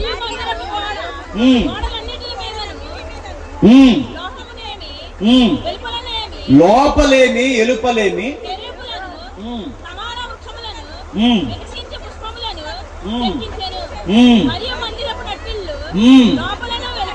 లోపలను వెలుపలను. మీరు సుమారు ఇంటికి వెళ్ళిన తర్వాత 36 వచ్చిన వరకు చదవండి. 29 నుండి 30 వరకు చదివితే మీకు కనబడదని చెప్పిన ఆ గోడలకి, తలుపులకి, మెట్టులకి కనబడుతున్న దేవాలయంలో మొత్తం కనబడుతున్న డిజైన్స్ ఏంటి చెప్పిన? చెట్లు చెప్పండి, ఫల వృక్షములు. చెట్లు చెప్పండి, ఫల వృక్షాలు. మీరు గమనించండి, వృక్ష ఫలములు వృక్షాలు అంటే ఈ చెట్లుతో ఎంత కట్టించాడండి. మీరు ఎక్కడ చూడండి, అన్ని ఆ దేవాలయంలో డిజైన్స్ అన్ని అని చెప్పిన మొక్కలే, చెట్లు చెట్లు ఫలాలు, చెట్లు ఫలాలు, చెట్లు ఫలాలు, దానిమ్మ ఫలాలు చెట్లు, వృక్ష ఫలాలు చెట్లు. మీరు చూడండి, ఎందుకు ఇవే డిజైన్స్ ఎందుకు పెట్టాడు? దేవుడి నివాస స్థలం ఆది కాండంలో ఏంటి? తోటే. ఇప్పుడు సొలొమోను మందిరం కట్టినప్పుడు డిజైన్లు ఏంటి? తోటే. మీకు అర్థమవుతుందో లేదంటే ఆయన నివాస స్థలాన్ని ఎక్కడ చూడండి తోటగానే ఎక్స్పోజ్ చేస్తున్నాడు. అంటే తోటలో ఎవరుంటారు చెప్పిన? రాజు ఉంటాడు. తోటలో ఎవరుంటారో తెలుసా? దేవుడు ఉంటాడు. తోటలో ఎవరుంటారో చెప్పిన? లార్డ్, ప్రభువులు ఉంటారు. అందుకే మీరు చూడండి, మీరు ఎక్కడికి పోయి చూడండి, కలెక్టర్ బంగ్లా, ఈ బంగ్లా ముందు ఏముంటుందో తెలుసా? పెద్ద తోట ఉంటుంది చూడండి. రాజుల ప్యాలెస్ ముందు ఏముంటాయి చూడండి? పెద్ద పెద్ద ఉద్యానవనాలు ఉంటాయి. ఎందుకో చెప్పిన? ఇది ఏషియన్ స్టైల్, గుర్తుపెట్టుకోండి. అంటే మధ్య ఆసియా కల్చర్ లో మూలపు భావాలు ఏంటో తెలుసా? తోటల మధ్య గొప్పోళ్ళు ఉంటారు. ఇది ఎలా వచ్చింది? ఏదేను తోట దగ్గర నుంచి వచ్చింది. తోటలు ఎవరుంటారు? ప్రభు ఉంటాడు. అందుకే చూడండి, రాజుకోట్లన్నిటి చుట్టూ ఏముంటో తెలుసా? తోటలు ఉంటాయి. ఎందుకు? తోట మధ్యలో ఎవరుంటారు చెప్పండి? రాజు ఉంటాడు. అందుకే గవర్నర్ బంగ్లా అయినా, ఎస్పీ బంగ్లా అయినా, కలెక్టర్ బంగ్లా అయినా, ఎవరి బంగ్లా అయినా మీరు చూడండి, ఆ బంగ్లా మధ్యలో ఉంటే చుట్టూ ఏముంటుంది చెప్పండి? తోట ఉంటుంది. అంటే తోటే గొప్ప వాళ్ళ యొక్క నివాసం అన్నమాట. అందుకే ఏదేను తోట భూలోకము ఒక పెద్ద వనముగా దేవుడు తన నివాస స్థలం, అంటే నరులతో ఉండాలనుకున్నాడు దేవుడు, నరులతో కలిసి జీవించాలనుకున్నాడు దేవుడు. ఇక రెండవది, ఆ తోటలానే ఉండాలని సింబాలిక్ గా సొలొమోనుతో కూడా తోట సింబలే కట్టింది. కట్టించడే కానీ ఆదాము ఎలా చేశాడో చెప్పండి? ఆదాము ఎలా చేశాడో ఇశ్రాయేలీలు సొలొమోను కూడా అదే చేశారు. ఆదాముని పెట్టాడు, ఆదాము నిలబడలేకపోయాడు. ఇశ్రాయేల్ని సొలొమోను పెట్టాడు, ఇద్దరు నిలబడలేకపోయాడు. ఇక దేవుడు తీసుకునే నిర్ణయం ఏంటో తెలుసా? ఏ తోటలో అయితే బాగానండి, ఏ తోటలో అయితే యాజక నిర్మాణాన్ని జరిగించలేకపోయాడో ఆ తోట క్రమాన్ని, ఆ యాజక నిర్మాణాన్ని ఇక దేవుడే తానే జరిగించాలని మానవ ఆకారంలో దేవుడే ఇలలోనికి వచ్చాడు. వచ్చినప్పుడు బాగా వినండి, ఏదేను తోటలైతే పాపానికి నాంది పలికాడో అదే తోటలో, గెత్సేమనే తోటలో పాపానికి ఇరుగుడు స్టార్ట్ చేశాడు. ఎవరు చెప్పండి? అదే దేవుడు. ఇంకా మీకు బాగా అర్థం కావాలంటే, ఆ తోటలో పాపం ప్రారంభమైంది, ఈ తోటలో పాపానికి చెప్పండి ఇరుగుడు ప్రారంభమైంది. ఆ ఆదాము తప్పు చేస్తే గచ్చ పదులు మొండ్ల తుప్పలు వచ్చాయి. ఆ ఆదాము చేసిన తప్పుకి ఆ ఆదాము చేసిన తప్పు వల్ల వచ్చిన గచ్చ పదుల మొండ్ల పదుల్ని ఈ కడపటి ఆదాము ఆ మొండ్లను కిరీటంగా పెట్టుకోవడానికి రెండవసారి వచ్చాడు. నీకు అర్థమవుతుందో లేదో మళ్ళీ చెప్తున్నాను. అంటే ఆ ఆదాము చేయలేనివన్నీ ఏ ఆదాము చేయడానికి వచ్చాడు? కడపటి ఆదాముగా ప్రభు వచ్చాడు. ఏ చెట్ల వలన, ఏ చెట్టు ఫలమైతే తిని మొత్తం వ్యవస్థను పాడు చేశారో ఇప్పుడు అదే చెట్టుకి మ్రేకులు వేయించుకోవడానికి వచ్చాడు. అర్థమవుతుందా? ఇది బైబిల్ యొక్క విధానం. ఇలానే అర్థం చేసుకోవాలి బైబిల్ని ఎలాగా? ఇంత చరిత్ర, దేవుడి ఉద్దేశాలు, ఎంత నిగూఢమైన సత్యాలు ఉంటాయి. ఇవన్నీ వదిలేసి సాక్షి లేదు చెప్పిన, పిల్లి రాలేదు, ఎలక రాలేదు, ఇంత సత్యం ఉంటాయి, ఇన్ని విషయాలు ఉంటాయని అడుగుతున్నాం. చిన్న విషయాలకి కడుపు నొప్పుల కొరకు, తలనొప్పుల కొరకు అడుగుతున్నాం. ఈ సంగతులన్నీ మరి ఏం చేస్తారు? మన దేవుడేమో రాజరికపు ఆరాధన చేయవయ్యా అని దేవుడు మనల్ని కోరుకుంటే, రాజరికపు ఆరాధన చేయవయ్యా అని దేవుడు మనల్ని కోరుకుంటే, మేము రాజులం కాదు, మేము పెంట మీద పురుగులం అన్నాము. నువ్వు రాజరికపు వ్యవస్థలో నాకు ప్రతినిధిగా నా స్వరూపం ఉండవయ్యా అంటే, పురుగును ప్రవ్వా, నక్కన ప్రవ్వా, కుక్కను ప్రవ్వా అన్నా.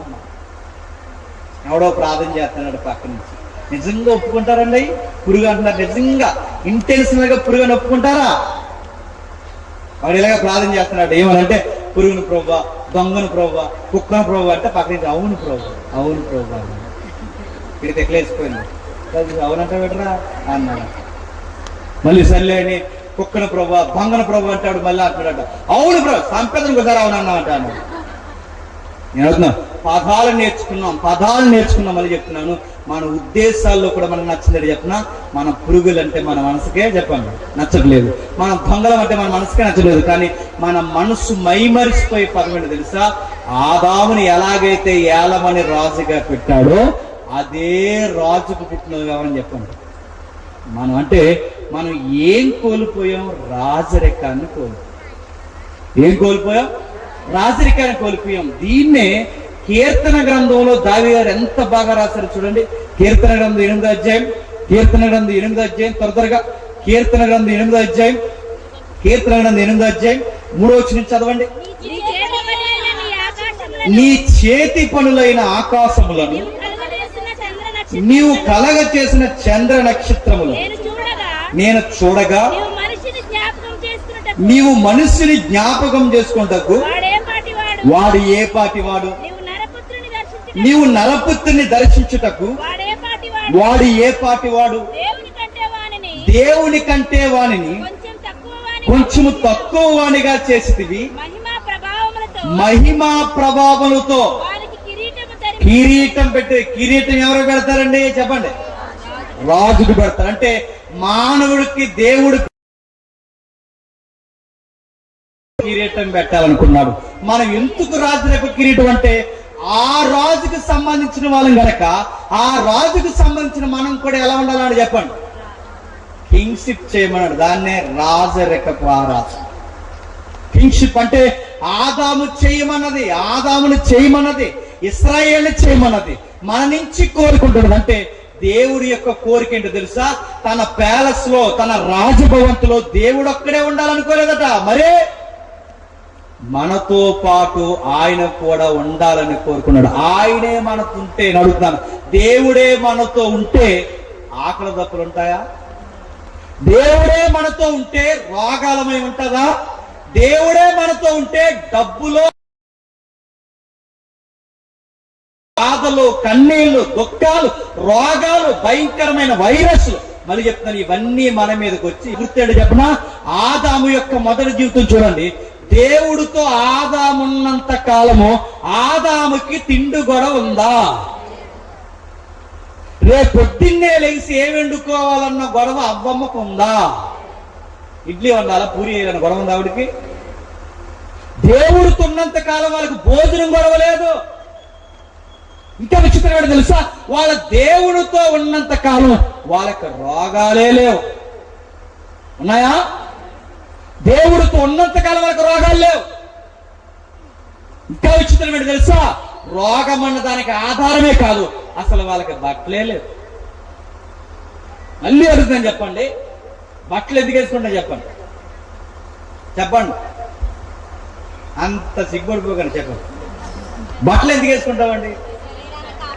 చెప్పాలి. అది ఎవరు చెప్పారు? దీనికి కాపాడుకోవడం అంటే కాపాడుకోవడం అనకూడదు. నడుతాను. కాపాడుకోవడం అంటే సిగ్గు కోసం కాదండి, శరీరం కనబడకుండా కాపాడుకోవడానికి కాదండి. శరీరానికి ఎందుకు బట్టలు వేసుకుంటామంటే, గమనించండి, ఎందుకు బట్టలు వేసుకుంటామంటే ఇప్పుడు ఎండాకాలం ఈ టైంలో మనం స్వెటర్లు వేసుకుని తిరిగామనుకోండి, ఏమవుతుందని చెప్పండి? పోతాం. ఎండాకాలంలో పలుచుకున్న బట్టలు వేసుకోవాలంటే ఎండాకాలం వేసుకునే బట్టలు అంటే కాలానికి అనుకూలంగా వేసుకునే.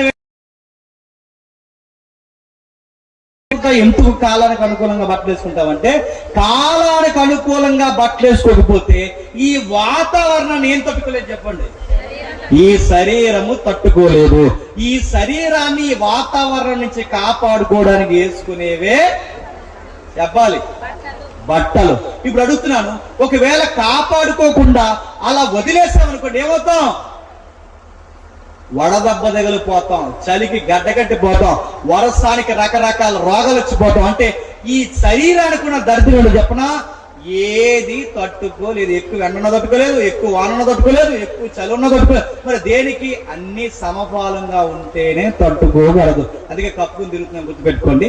ఇది మీకు అర్థమైతే అసలు ఆదాముకి ఇది ఉందా? మీకు ఆ పాయింట్ చదువుతుంటే మీకు ఏమర్థమవుతుంది? ఆదాముకి ఎండైనా వానైనా వర్షమైనా ఏ వచ్చినా ఆ దేహానికి ఏమీ కాదు. అంటే ఆ దేహం ఎలాంటి తెలుసా? ఏ కాలానికైనా ఆ DNA తనకు అనుకూలంగా ఆ దేహాన్ని మార్చుకునే గుణం ఉంది. అలాంటి గుణం ఆ దేహానికి ఎలా ఉండేది? పాపం చేయలేదు కనుక.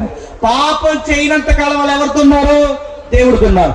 దేవుడితో ఉన్నంత కాలం రోగం లేదు, దేవుడితో ఉన్నంత కాలం బట్టతో పని లేదు, దేవుడితో ఉన్నంత కాలం భోజనాలతో గొడవ లేదు, దేవుడితో ఉన్నంత కాలం అసలు వాళ్ళకి ఏ గొడవ లేదు. దేవునికి దూరం జరిగి ఎప్పుడైతే పండు తెంచారో అప్పటి నుంచి స్టార్ట్ అయింది రగడ. మీకు త్వరగా చెప్పిన ముగిస్తాను, వినండి. ఏం తినాలని గొడవ లేని మనిషికి తర్వాత వచ్చిన శాపం ఏంటో తెలుసా? గడ్డి తిని బతుకుతామన్నాడు. ఏంటి? గడ్డి. గడ్డి తింటాం మనం అంటే గడ్డే తింటాం మనం, గుర్తుపెట్టుకుంటాం. లేదండి మేము రోటీలు తిన్నాను. రోటీలు అది గడ్డి చేస్తే రయ్యా. గోధుమైన గడ్డే, రైస్ అయినా గడ్డే, ఉప్మా అయినా గడ్డే, ఏదైనా గడ్డి జాతే. చూడండి, జీవవృక్షాలు తినే రోజులు పోయాయి. చెప్పండి, గడ్డి జాతి తిని బతికే రోజులు వచ్చేసాయి. బైబిల్ ఎంత వాస్తవమో చూడండి. ఎప్పుడు ఆది కాండము, ఎప్పుడు ప్రాక్టికల్ లైఫ్.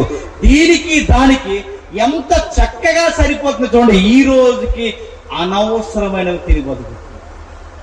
ఈ నాలుగుకి రుచులు ఎక్కువ. అలానే నచ్చిందల్లా పెడితే త్వరగా పోతాం. మనకి ఇంట్లో ఉన్న అమ్మా నాన్న వండింది నచ్చదు. మనకి ఊరి మీద ఉంటాయి కదా ఫ్రైడ్ రైస్లు, పాస్పోర్ట్ రైస్లు. ఆ ఫ్రైడ్ రైస్లు, పానీపూరీలు తింటాం. ఫ్రైడ్ రైస్లు తిన్న వాళ్ళు త్వరగా పోతారు. అది చెప్తున్నాం. ఎందుకు పోతారు చెప్తా? రైస్ ని ఆపకూడదు. ఆల్రెడీ వండిన రైస్ ని ఏగుతున్నావంటే దానికన్నా పెద్ద విషయం లేదు. దరిద్రుడు చెప్పినా తినకపోతే పోతాం, తింటే పోతాం, మొత్తం మీద పోతాం. అర్థం? ఇలాంటి జీవితం కాదండి ఒకప్పుడు మంది. ఒక అందమైన జీవితం ఉండేది. దేవుడితో కలిసి నడుతున్నాను. దేవుడే నాతో ఉంటే తిండికి కరువు లేదు, బట్టతో అవసరం లేదు, బాధే లేదు, కరువే లేదు. ఇప్పుడు బాగా వినండి. అలాంటి జీవితం మళ్ళీ కావాలి. రీస్టార్ట్ మళ్ళీ కావాలి. మళ్ళీ యథాస్థితికి రావాలి. ఆ పూర్వపు వైభవం రావాలి అంటే దీనంతటినీ పాడు చేసిన పాపం పోవాలి. ఆ పాపం పోవాలి అంటే ఆ పాపానికి ఇరుగుడు కావాలి. ఆ ఇరుగుడే చెప్పండి, నజరుడైన యేసుడు కడపటి ఆదాముగా వచ్చాడు. ఆ వచ్చిన వాడు ఏం చేస్తాడు? ఒక మాట చెప్పడుగుదో, రండి దేవుని రాజ్యము సమీపించుచున్నది, ప్రవేశించుడి, దేవుని రాజ్యం సమీపిస్తుంది. నన్ను అడుగుతున్నాను, దేవుని రాజ్యం అంటే పరలోకమందు ఏ చిత్తమైతే జరుగుతుందో చెప్పండి, ఆయనలో ఉన్న వారి దగ్గర కూడా అదే చిత్తం నెరవేర్చేదే చెప్పండి దేవుని రాజ్యం. అంటే ఆయన చిత్తం ఎక్కడ నెరవేరుతుంది అక్కడ దేవుని రాజ్యం ఉన్నట్టు. ఆ రాజ్యం సమీపిస్తుంది. రండి రండి అని ఈ రాజ్యం కోసం ఎదురు చూసింది ఎవరు తెలుసా? నువ్వు నేను పుట్టక ముందే అబ్రహాము, ఇస్సాకు, యాకోబులు ఎదురు. ఎవరు?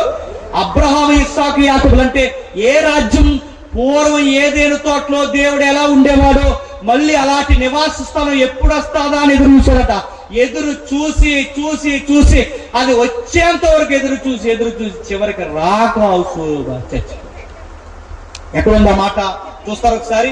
ఎబ్రిల్ రాసిన పత్రిక త్వరగా 11వ అధ్యాయం వచ్చిన చెప్పమ్మా. 10వ వచనం. ఏలయనగా దేవుడు దేనికి శిల్పి నిర్మాణకుడై ఉన్నాడో ఆ పునాదులు గల ఆ పట్టణము కొరకు అబ్రహాము ఎదురు చూచుచుండెను విశ్వాసమును బట్టి. నమ్మదగిన వాడని అక్కడ రాయబడిన మాట చూడండి. ఆ 11 క్షమించండి 10లో ఏలయనగా దేవుడు దేనికి శిల్పి నిర్మాణకుడై ఉన్నాడు, పునాదులు గల ఆ పట్టణం కొరకు అబ్రహాము ఎదురు చూచుచుండెను. చాలా మందికి మింగుడు పని వచ్చినాడు చెప్పినా ఎదురు చూస్తున్నాడంటే అబ్రహాము ఎప్పుడు ఆ పట్టణంలోకి అక్కడికి వెళ్తాడని కాదు, గుర్తుపెట్టుకోండి. పట్నం ఎప్పుడు వస్తాదా అని చెప్పండి ఎదురు చూశాడు. పట్నం దగ్గరికి అబ్రహాం వెళ్ళడం కాదు చెప్పండి. అబ్రహాము దగ్గరికే చెప్పండి పట్టణం వస్తుంది. బాగా వినాలి. అబ్రహాము దగ్గరికి బాగా వినండి. అబ్రహాము పట్టణం దగ్గరికి వెళ్ళడం కాదు. అబ్రహాం ఎదురు చూసాడట పట్టణం ఎప్పుడు వస్తుందని. ఎప్పుడు వస్తాదా అని ఎదురు చూసాడట. అంటే పట్టణంలో ఎవరుంటారు? దేవుడు దేనికి శిల్పి నిర్మాణం. అంటే ఇప్పుడు ఆ టౌన్ లో, ఆ పట్టణంలో ఎవరు నివాసం ఉండబోతున్నారో తెలుసా? దేవుడు కూడా. అంటే దేవుడితో మానవుడు కలిసి కాపురం చేసే ఒక పట్టణం తయారు చేశాడు. అంటే ఇది ఏదోని తోట ఉండాలి, అది భూలోకమై ఉండాలి, ఇదంతా అయి ఉండాలని కోరుకున్న దేవుని యొక్క ఆలోచన చెడగొట్టారు కనుక ఇప్పుడు కొత్త నివాస స్థలాన్ని మార్చి ఈ భూమి మీద కప్పడానికి ఒక పట్టణాన్ని రెడీ చేశాడు. ఇది ఎక్కడుంది? ఒక్కసారి ప్రకటన గ్రంథం తీయండి. ప్రకటన గ్రంథం 21వ అధ్యాయం మొదలు వచ్చిన. ప్రకటన గ్రంథం 21వ అధ్యాయం మొదలు వచ్చిన. క్రొత్త ఆకాశమును క్రొత్త భూమిని చూసి తిని, మొదటి ఆకాశము మొదటి భూమి గతించిపోయెను, మరియు నేను నూతనమైన యెరూషలేమును ఆ పరిశుద్ధ పట్టణమును తన భర్త కొరకు అలంకరింపబడిన పెండ్లి కుమార్తె వలె సిద్ధపరచబడి పరలోకమందున్న దేవుని యొద్ద నుండి దిగివచ్చుట చూసి తిని. చెప్పండి, పట్నం దగ్గరికి మనం వెళ్తామా? పట్నమే మన దగ్గరకు వస్తుంది? చెప్పండి. అర్థమైతే ముఖ్యాంశాలు మరోసారి చెప్పండి. పట్నం దగ్గరికి మనం వెళ్ళాం కదంటే దేవుని యొక్క ప్లాన్ ఆఫ్ యాక్షన్ మీకు ఆది కాండం నుంచి చదువుతుంటే ఏమర్థమవుతుందండి? దేవుడే మానవులతో ఉండాలనుకుంటున్నాడు. ఆయన ఉండాలనుకున్నాడు కనుక ఉన్నంత కాలం అవ్వాదముల జీవితం బాగుంది. వాళ్ళు ఎప్పుడైతే దేవుడికి దూరం జరిగారో జీవితం పతనం అయ్యి, తిండికి ఏడ్చాం, బట్టకి ఏడ్చాం, రోగాలకు ఏడ్చాం, ఆకలికి ఏడ్చాం, ఏడుస్తున్నాం. ఈరోజు కడుపులో చివరికి గుప్పడి మెతుకులు నింపుకోవడానికి సామెతలు పుట్టించాం సామాజిక శాస్త్రంలో. ఆ సామెతలు ఏంటో తెలుసా? రెక్కాడితే గాని డొక్కడు. ఎందుకు వచ్చిన సామెత? అది గొప్ప అనుకుంటున్నావా? నీ రెక్కెంత కాడాలి, నీ డొక్క ఎందుకు అడుగుతుంది? తప్పు చేసావని గుర్తుపెట్టు. తప్పు చేశాం కనుక రెక్కలు ఎందుకు ఆడుతున్నాయి? ఒకప్పుడు రెక్కలు ఆడకుండా జీవవృక్షాలు దొరికాయి. ఆహారము, సమతుల్యమైన జీవితం, ఆరోగ్యము, దేవుడితో నిత్యము, అలాంటి జీవితాన్ని మన ఆదామవులు చెడగొట్టారు. ఆ చెడగొట్టిన దాన్ని మనం కొనసాగించాం. ఆ స్వభావం మనకు వచ్చింది. కనుక ఆదాములాగే మాట్లాడతాం. అప్పుడప్పుడు మీరు గమనించండి. కావాలంటే ఆదాము తప్పు చేసిన తర్వాత దేవుడు అడిగాడు, ఎందుకు చేసావు ఆదాము తప్పు చేశాను అడిగితే ఆదాము ఏమన్నాడు తెలుసా? నేను కాదు, ఆవిడ. నువ్వెందుకు చేసావంటే ఆవిడేమంది? నేను కాదు, నువ్వు ఇచ్చిన సర్పమే ఉంది. ఇప్పుడు కూడా ఆ స్వభావం చూడండి. ఎందుకు ఫెయిల్ అయిపోయారా అని అడిగితే అన్నాడట, నేనే కాదు. సేమ్ మాట్లాడి గుర్తు. ఆ రోజు బాగానండి, నా తప్పు కాదు స్త్రీ అన్నాడు, స్త్రీ నా తప్పు కాదు సర్పం అంది. ఈ రోజు మనం ఏమంటున్నాం చెప్పనా? మాకు సంబంధం లేదు, అంతా ఎవరు చేశారంటున్నారు చెప్పండి. గుర్తుపెట్టుకోండి, ఆదాముతో సంబంధం లేదనకండి. ఆదాముతో పుట్టాం గనక ఆదాముతో మనకన్నీ పంచుకునే పుట్టాం. ఆదాము చేసింది నాకు సంబంధం ఏంటని పెద్ద లాయర్ లాగా, జడ్జి లాగా మాట్లాడతామని ఆ ఆదాము చేసిన తప్పుకి నీకు సంబంధం లేకుండానే ఇంకొక ఆదాముని దేవుడు పంపించాడు. నిన్నేమైనా సిలివెక్కమన్నాడా? నిన్నేమైనా రక్తం కాచమన్నాడా? నిన్నేదన్నా దేవుడు నీ అవయవాలు అసూలు బాసి నీ అవయవాల చేత ఇదిగో బలియాగం చేయమని దేవుడు అడిగాడా? కాదే. ఆదాము చేసిన తప్పుకి ఈ ఆదాము బలవుతున్న ఆఫరిచ్చాడు. ఈ రెండింటిని నమ్మమన్నాడంటే ఇది నమ్మడానికి నీకు ఎంత ఒళ్ళు బతుకం అని, క్రీస్తు త్యాగం అర్థం చేసుకోవడానికి కూడా ఎంత బతుకం. అందుకే దేవుడు అంటున్నాడు, నేను నివాస స్థలం, నేనే వాళ్ళతో కలిసి కాపురం చేస్తాను. కింద అంటున్నాడు చూడండి 3వ వచనం, అప్పుడు ఇదిగో దేవుని నివాసము మనుషులతో కూడా ఉన్నది, ఆయన వారితో కాపురముండును, వారైన ప్రజలయుందురు, దేవుడు తానే వారి దేవుడయుండి వారికి తోడయుండు. మీకు ఎలా ఉందో తెలియదు కానీ ఆ మాట నాకు చదివినప్పుడు ఎంత ధైర్యం వస్తుందో. ఎవరు మనతో కాపురం చేస్తారట? ఒక ఇంట్లో అన్నయ్య ఉన్నట్టు, ఒక ఇంట్లో నాన్న ఉన్నట్టు, ఒక ఇంట్లో పెద్దన్నయ్య ఉన్నట్టు మనతో భవిష్యత్తులో ఎవరు ఉండబోతున్నారట? నేను అడుగుతున్నాను, దేవుడే మనతో ఉంటే ఆకలికి ఏడుస్తామా, రోగానికి ఏడుస్తామా, మరణ భయం ఉంటుందా? ఏమొచ్చినా మన ధైర్యం అని చెప్పండి. నాతో చెప్పండి, దేవుడు ఉన్నాడు. ఈ ధైర్యాన్ని చంపేశారు ఏదనుకోవట్లేదు, ఎవరు చెప్పండి. ఆ పోయిన దాన్ని మళ్ళీ ఇవ్వడానికి ఎవరు వచ్చారు తెలుసా? కడపటి ఆదాముగా క్రీస్తు. ఇది ఆది కాలం నుంచి 11వ అధ్యాయం వరకు, 11వ అధ్యాయం నుంచి తెగిపోయిన బంధాన్ని కలపడానికే ఆ 11 నుండి ప్రకటన గ్రంథం చివరి అధ్యాయం వరకు. ఇదే బైబిల్ అంటే. దేవుడిని అర్థం చేసుకున్నాం అంటే ఇప్పుడు దేవుడు మన రాజులైన చెప్పండి యాజకులు. ఇదే అంతగా అదే కొత్త నిబంధనలు ఏమంటాడు తెలుసా? మీరు రాజులైన యాజకం, ఊరకం లేదు, రాజులైన యాజకం. ఇదే పదం ఎక్కడ ఉపయోగించాడు? ఆదాము దగ్గర ఉపయోగించాడు. ఎందుకన్నా అబాండు స్థామాలు అంటే రాజు యాజకుడు, పనివాడు, జీతగాడు. అంటే ఈ పని ఏదైతే చేస్తాడో అదే పదాలు కొత్త పదాలు అంటాడు పేదరు గారు. మనం రాజులైన యాజక సమూహం అంటే ఒక పక్క రాజు, మరో పక్క పని, మరొక పక్క రాజు, మరొక పని. ఈ దేవుని పనిని మనం జరిగిస్తున్నప్పుడు యూనివర్స్ లో రాజుల్లాగా వ్యవహరిస్తాం. ఎప్పుడైతే ఆయన కోరుకున్నట్టు, నేను ముగిస్తున్నాను, ఎప్పుడైతే ఆయన కోరుకున్నట్టు వ్యవహరించిన భక్తులు అక్కడక్కడ బైబిల్లో కనబడ్డారో, ఆ కనబడిన వారి తీరుతల్ని మీరు బైబిల్ చదవండి ఇంటికి వెళ్ళిన తర్వాత. ఆ కనబడిన వారి తీరుతల్ని చదివితే ఆ దేవుడి కొరకు జీవించిన వారు ఎర్ర సముద్రం మీద నిలబడితే సముద్రం ఏమైంది చెప్పండి? ప్రకృతి పాయలైపోయి. అంటే ప్రకృతి మాట వింటదంటే వింటాది. ఎప్పుడు వింటది చెప్పండి? పరిపాలించడం అంటే అదే. ఈ యావత్తు భూమిని ఏలడం అంటే అదే. మోసే దేవుడు మాట విన్నాడు కనుక మోసే మాట ఎర్ర సముద్రం విన్నది. ఏలియా దేవుడు మాట విన్నాడు కనుక ఏలియా శాసిస్తే మేఘాలు స్తంభించిపోయాయి. దానియేలు దేవుడు మాట విన్నాడు కనుక సింహాల భూమిలో సింహాలు కూడా ఏమయ్యాయి చెప్పండి? నోరు ముసి కుక్క పిల్లలా కూర్చున్నాయి. దానియేలు స్నేహితులు దేవుని మాట విని లోబడ్డారు కనుక అగ్ని కూడా ఏమైపోయింది చెప్పండి? ఏమి ఎంట్రికి కూడా కాల్చలేకపోయింది. ఏమర్థమవుతుంది? బైబిల్ ఈ చరిత్రలు చదువుతుంటే ఏమర్థమవుతుంది? మనం దేవుని మాట వింటే సమస్తము చెప్పండి సమకూర్చి జరుగుతాయి అన్నమాట. సమస్తము. నువ్వు పంట నాడుతావా, నీ పంట దిగుబడి అదిరిపోద్ది, గుర్తుపెట్టుకో. నువ్వు చదువుతున్నావా, నీ చదువులో రిజల్ట్ అదిరిపోద్ది, గుర్తుపెట్టుకో. నువ్వు ఉద్యోగం చేస్తావు, నీ ఉద్యోగంలో నీ ప్రతిఫలాలు అదిరిపోతాయి. ఎప్పుడు తెలుసా? శరత వర్తిస్తుంది. ఆ శరత ఒక్కటే, ఆయన రాజ్యము నీతి ఎదుకు. ఆయనకి ప్రతినిధిగా ఉండాలని కోరుకో. ఆదాము ప్రతినిధిగా ఉన్నంత కాలము ఆదాము జీవితం రాజు జీవితం. ఆదాము ప్రతినిధిత్వం కోల్పోయాడు, రాజు జీవితం బానిస బతుకుంది. నువ్వు కూడా, మళ్ళీ చెప్తాను, నువ్వు కూడా, నేను కూడా, మనందరం కూడా ఇప్పుడైనా ఈ తాత్కాలిక జీవితంలో రాజుల్లా బతకాలంటే మనం చెప్తున్నాను, ప్యాలెస్లు ఉంటాయి లేదో నాకు తెలియదు, కానీ ఈ ప్రకృతి మాత్రం మన పాదాల కింద మురిసిపోతుంది. గుర్తుపెట్టు. ఎక్కడుంది ఆ మాట? రోమిలికి రాసిన పత్రిక చివరిగా, రోమిలికి రాసిన పత్రిక 8వ అధ్యాయం, రోమిలికి రాసిన పత్రిక 8వ అధ్యాయం 19వ వచనం చూడండి.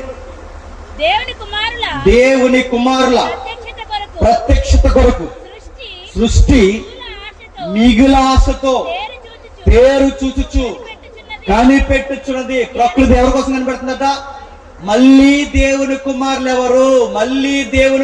ఎవరు? ఎక్కడున్నారంటే ఈ సభలో ప్రకృతి పని ఏంటి చెప్పండి? ఇందులో దేవుని కుమార్తెలు ఎవరని ఎదురు చూస్తుంది. ప్రకృతి అంటే చెప్పినా, నువ్వు కూర్చున్న గడ్డి ప్రకృతే, నువ్వు కూర్చున్న బరకం ప్రకృతే, నువ్వు కూర్చున్న కుర్చీ ప్రకృతి, ఇవన్నీ మూగుతాయి. నువ్వు ఇక్కడికి వచ్చి వాక్యం కానీ ఇలా ఊగుతున్నావు అనుకో, కుర్చీ ఏమనుకుంటే చెప్పిన సంపే కదవడం అనుకుంటావు. గుర్తుపెట్టి, ఈ ప్రకృతి మూగుతుంది. బైబిల్లో ఉంది, మనం దేవుని మాట వినకపోతే దోలాలు మొరపెడతాయని ఉంది, బండలు అరుస్తాయని. అంటే ఈ నేచర్ నిన్ను గమనిస్తుంది. గడ్డి పరకతో సహా నువ్వేం చేస్తున్నావో చూస్తాయి.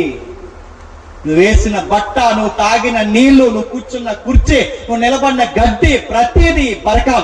ఈ లైట్లు, ఈ మైకులు, ఈ టెక్నాలజీ, ఇదంతా నీ మీద ఒకరోజు సాక్ష్యం చెప్తారు.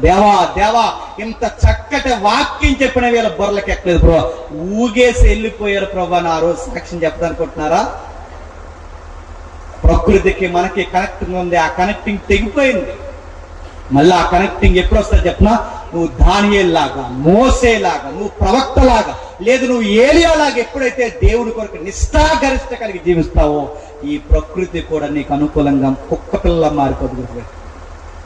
శిష్యులు శాసించేశారంతే రోగాలు, శిష్యులు శాసించేశారంతే భయంకరమైన వ్యాధుల్ని శిష్యులు శాసించారు. మళ్ళీ ఈ రోజుకి అలాంటివి జరుగుతాయంటే నమ్ముట నీ వల్ల అయితే చెప్పండి ఏదైనా జరుగుతుంది. నువ్వు నమ్ము, నీ రాజరికం ఎలాంటిదో నమ్ము. ఇలాంటి గొప్ప రాజరికాన్ని మనం కోల్పోయి ఎంత గొప్ప దేవుడు ఎంత గొప్ప బాధ్యత ఇస్తే మనం అడిగేది చెప్పిన కడుపు నొప్పి ఎక్కువైపోయిన తర్వాత ప్రార్థన చేస్తున్నాం. నీకు దేవుడు అర్థమయ్యాడా? ట్యాబ్లెట్ వేసుకుంటే పోతే కడుపు నొప్పి, మళ్ళీ చెప్తున్నా, ట్యాబ్లెట్ వేసుకుంటే పోయే కడుపు నొప్పి కొరకు నువ్వు ఇంత గొప్ప గంభీరమైన దేవుడిని కడుపు నొప్పి కోసం అడుగుతున్నట్టే నిన్నేమో. ఈ దేవుడు నీకు అర్థం కాలేదు. ఈ దేవుడిని ఎలా అర్థం చేసుకోవాలో అర్థం కాలేదు. అందుకే చెప్తున్నాను, డైనమైట్ ని కొండల్లోనే పేల్చాలి, డైనమైట్ ని బండల వెలిగిస్తానంటే పాత ఎక్కడ ఏది ఎలా ఉపయోగించాలో తెలియాలి. ఈ బైబిల్ కూడా దేవుడు ఎలా ఉపయోగించమన్నాడో చెప్పండి.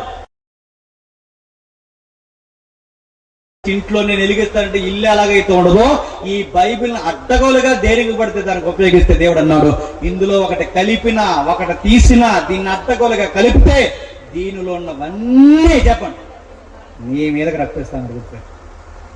ఇంతంత ప్రమాదం. అందుకే ఏ వచ్చిన చదువుని అర్థం చేసుకోండి. చివరికి దేవా మరి ఎప్పుడు ప్రభువా ఆదాము లాంటి జీవితం నాకు మళ్ళీ ఎప్పుడు వస్తుంది అంటే దేవుడు అన్నాడు, మరలా దేవుడు మేఘాల మీద రాబోతున్నాడు. తన కొరకు నిజముగా నమ్మకంగా జీవించిన ఈ వధువు సంఘాన్ని తీసుకుని వెళ్ళిపోవడానికి మేఘాల మీద రాబోతున్నాడు. అక్కడ ఎలాంటి జీవితం ఉంటుందో తెలుసా? ఏదేను తోటలో ఎలాంటి జీవితం ఉండేదో అలాంటి జీవితం మనతో కాపరం ఉంటాడు. ఒకసారి చూడండి, ప్రకటన గ్రంథం 7వ అధ్యాయం, ప్రకటన గ్రంథం 7వ అధ్యాయం ముగించేద్దాం. ప్రకటన గ్రంథం 7వ అధ్యాయం 16వ వచనం, ప్రకటన గ్రంథం 7వ అధ్యాయం 16వ వచనం. ఇక మీదట ఆకలైనను దాహమైనను ఉండదు. ఏముండదట? ఆకలైన సగం గొడవలు తిరిగి చెప్పండి. ఆకలికే ఈ మధ్యప్రదేశ్ కోసమే గొడవలన్నీ. ఆకలైనను చెప్పండి, దాహమైనను ఉండదు. సూర్యుని ఎండైనను ఏ వడగాలైనను వారికి తగలము. ఎలాగనగా సింహాసనం మధ్యనున్న గొర్రె పిల్ల వారికి కాపరి అయి జీవజనులు బొగ్గల యొక్కకు వారిని నడిపించును.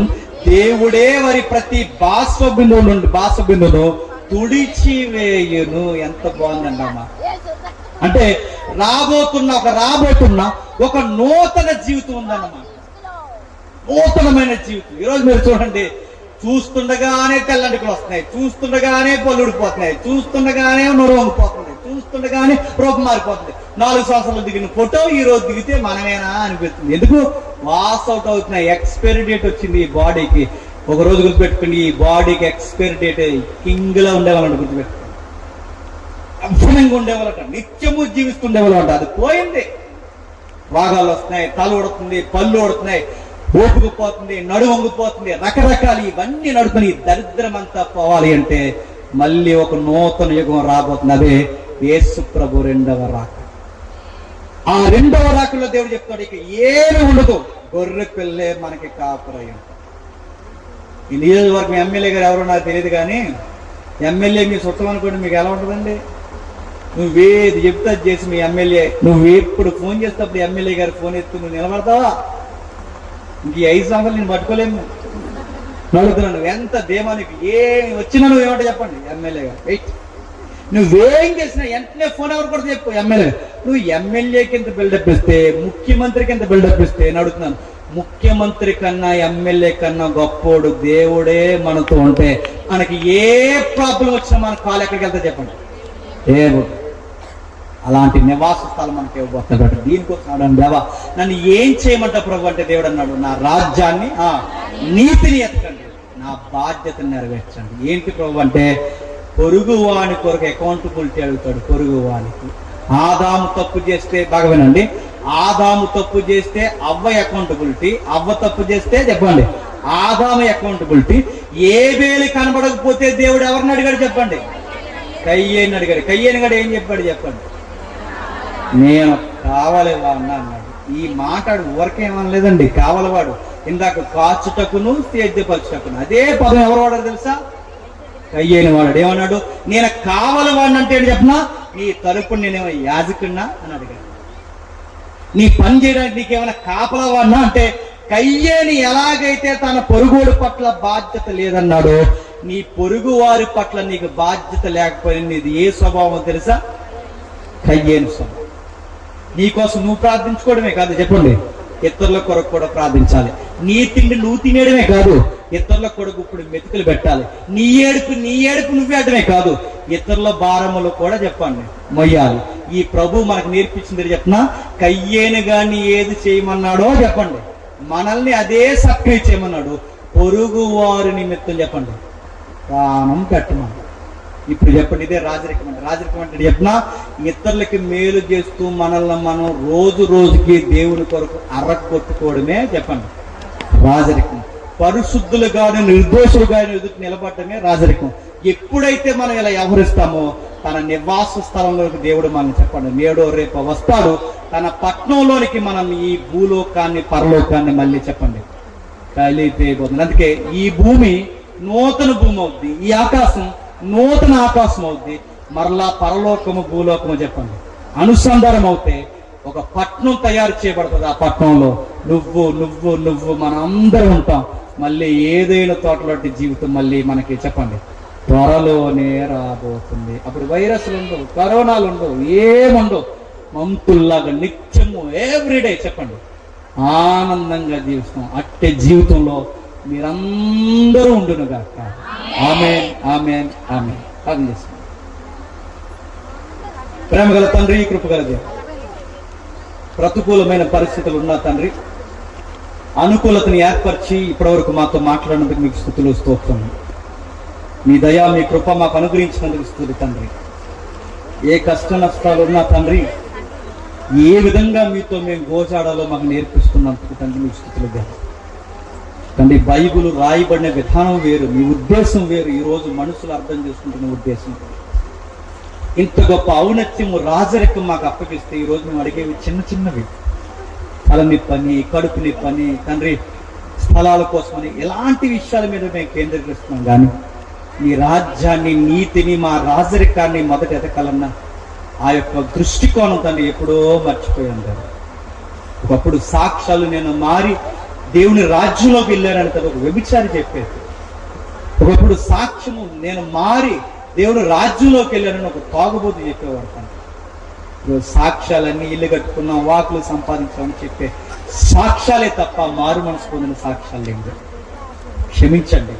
బైబిల్ ఎలా అర్థం అవ్వాలో అలా అర్థం అవ్వాలని తండ్రి మీరు ఎదురు చూస్తున్న తండ్రి ఆ విలువలు ఇంకనూ నేర్పించండి తండ్రి. బైబిల్లో ఉన్న మీరు వేరు, బయట ప్రకటింపబడుతున్న తండ్రి దేవుడు వేరు తండ్రి, అది మీరు కాదు.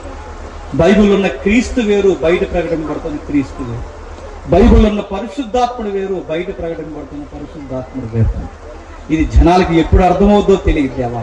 ఇలాంటి విషయాలు ఎప్పుడు అర్థం చేసుకుంటారో తెలియదు తండ్రి. కానీ ఆది కాండంలోని ఇన్ని విషయాలు ఉంటే ఈ బైబిల్ అంతా తిరిగేస్తే ఎన్ని గొప్ప విషయాలు మా కొరకు రాయించారు. వినబడిన సంగతులను బట్టి మీకు స్తుతులు తండ్రి. అర్థమైన వారు ధన్యులు. అర్థం చేసుకోవడానికి ఈ మాటలు తండ్రి ఈ రోజు విడిచిపెడితే వారి ఆత్మలకు వారే ఉత్తరవాదులు. స్థానిక దైవజనుల్ని, సంఘ పెద్దల్ని, మమ్మల్ని పిలిచిన నాయకుల్ని అందరినీ మీ చేతులకు అప్పగిస్తున్నాం. మీ దయలో మీ కృపలో తండ్రి వీరిని ఆస్వాదించండి. ఏ కష్ట నష్టాలున్నా తండ్రి సంఘానికి, వారి కుటుంబానికి మీరు దీవెన అనుగ్రహిస్తారని కోరుతూ, మమ్మల్ని చెడ్డగా చూసి మా మీద చెడ్డ మాటలు పలికిన శత్రువులు ఎవరైనా ఉంటే వారిని దీవిస్తారని కోరుతూ అందరినీ మీ చేతులకు అప్పగిస్తాం. క్రీస్తున్నామని ప్రార్థన సమర్పిస్తున్నాం తండ్రి. ఆమేన్ ఆమేన్ ఆమేన్.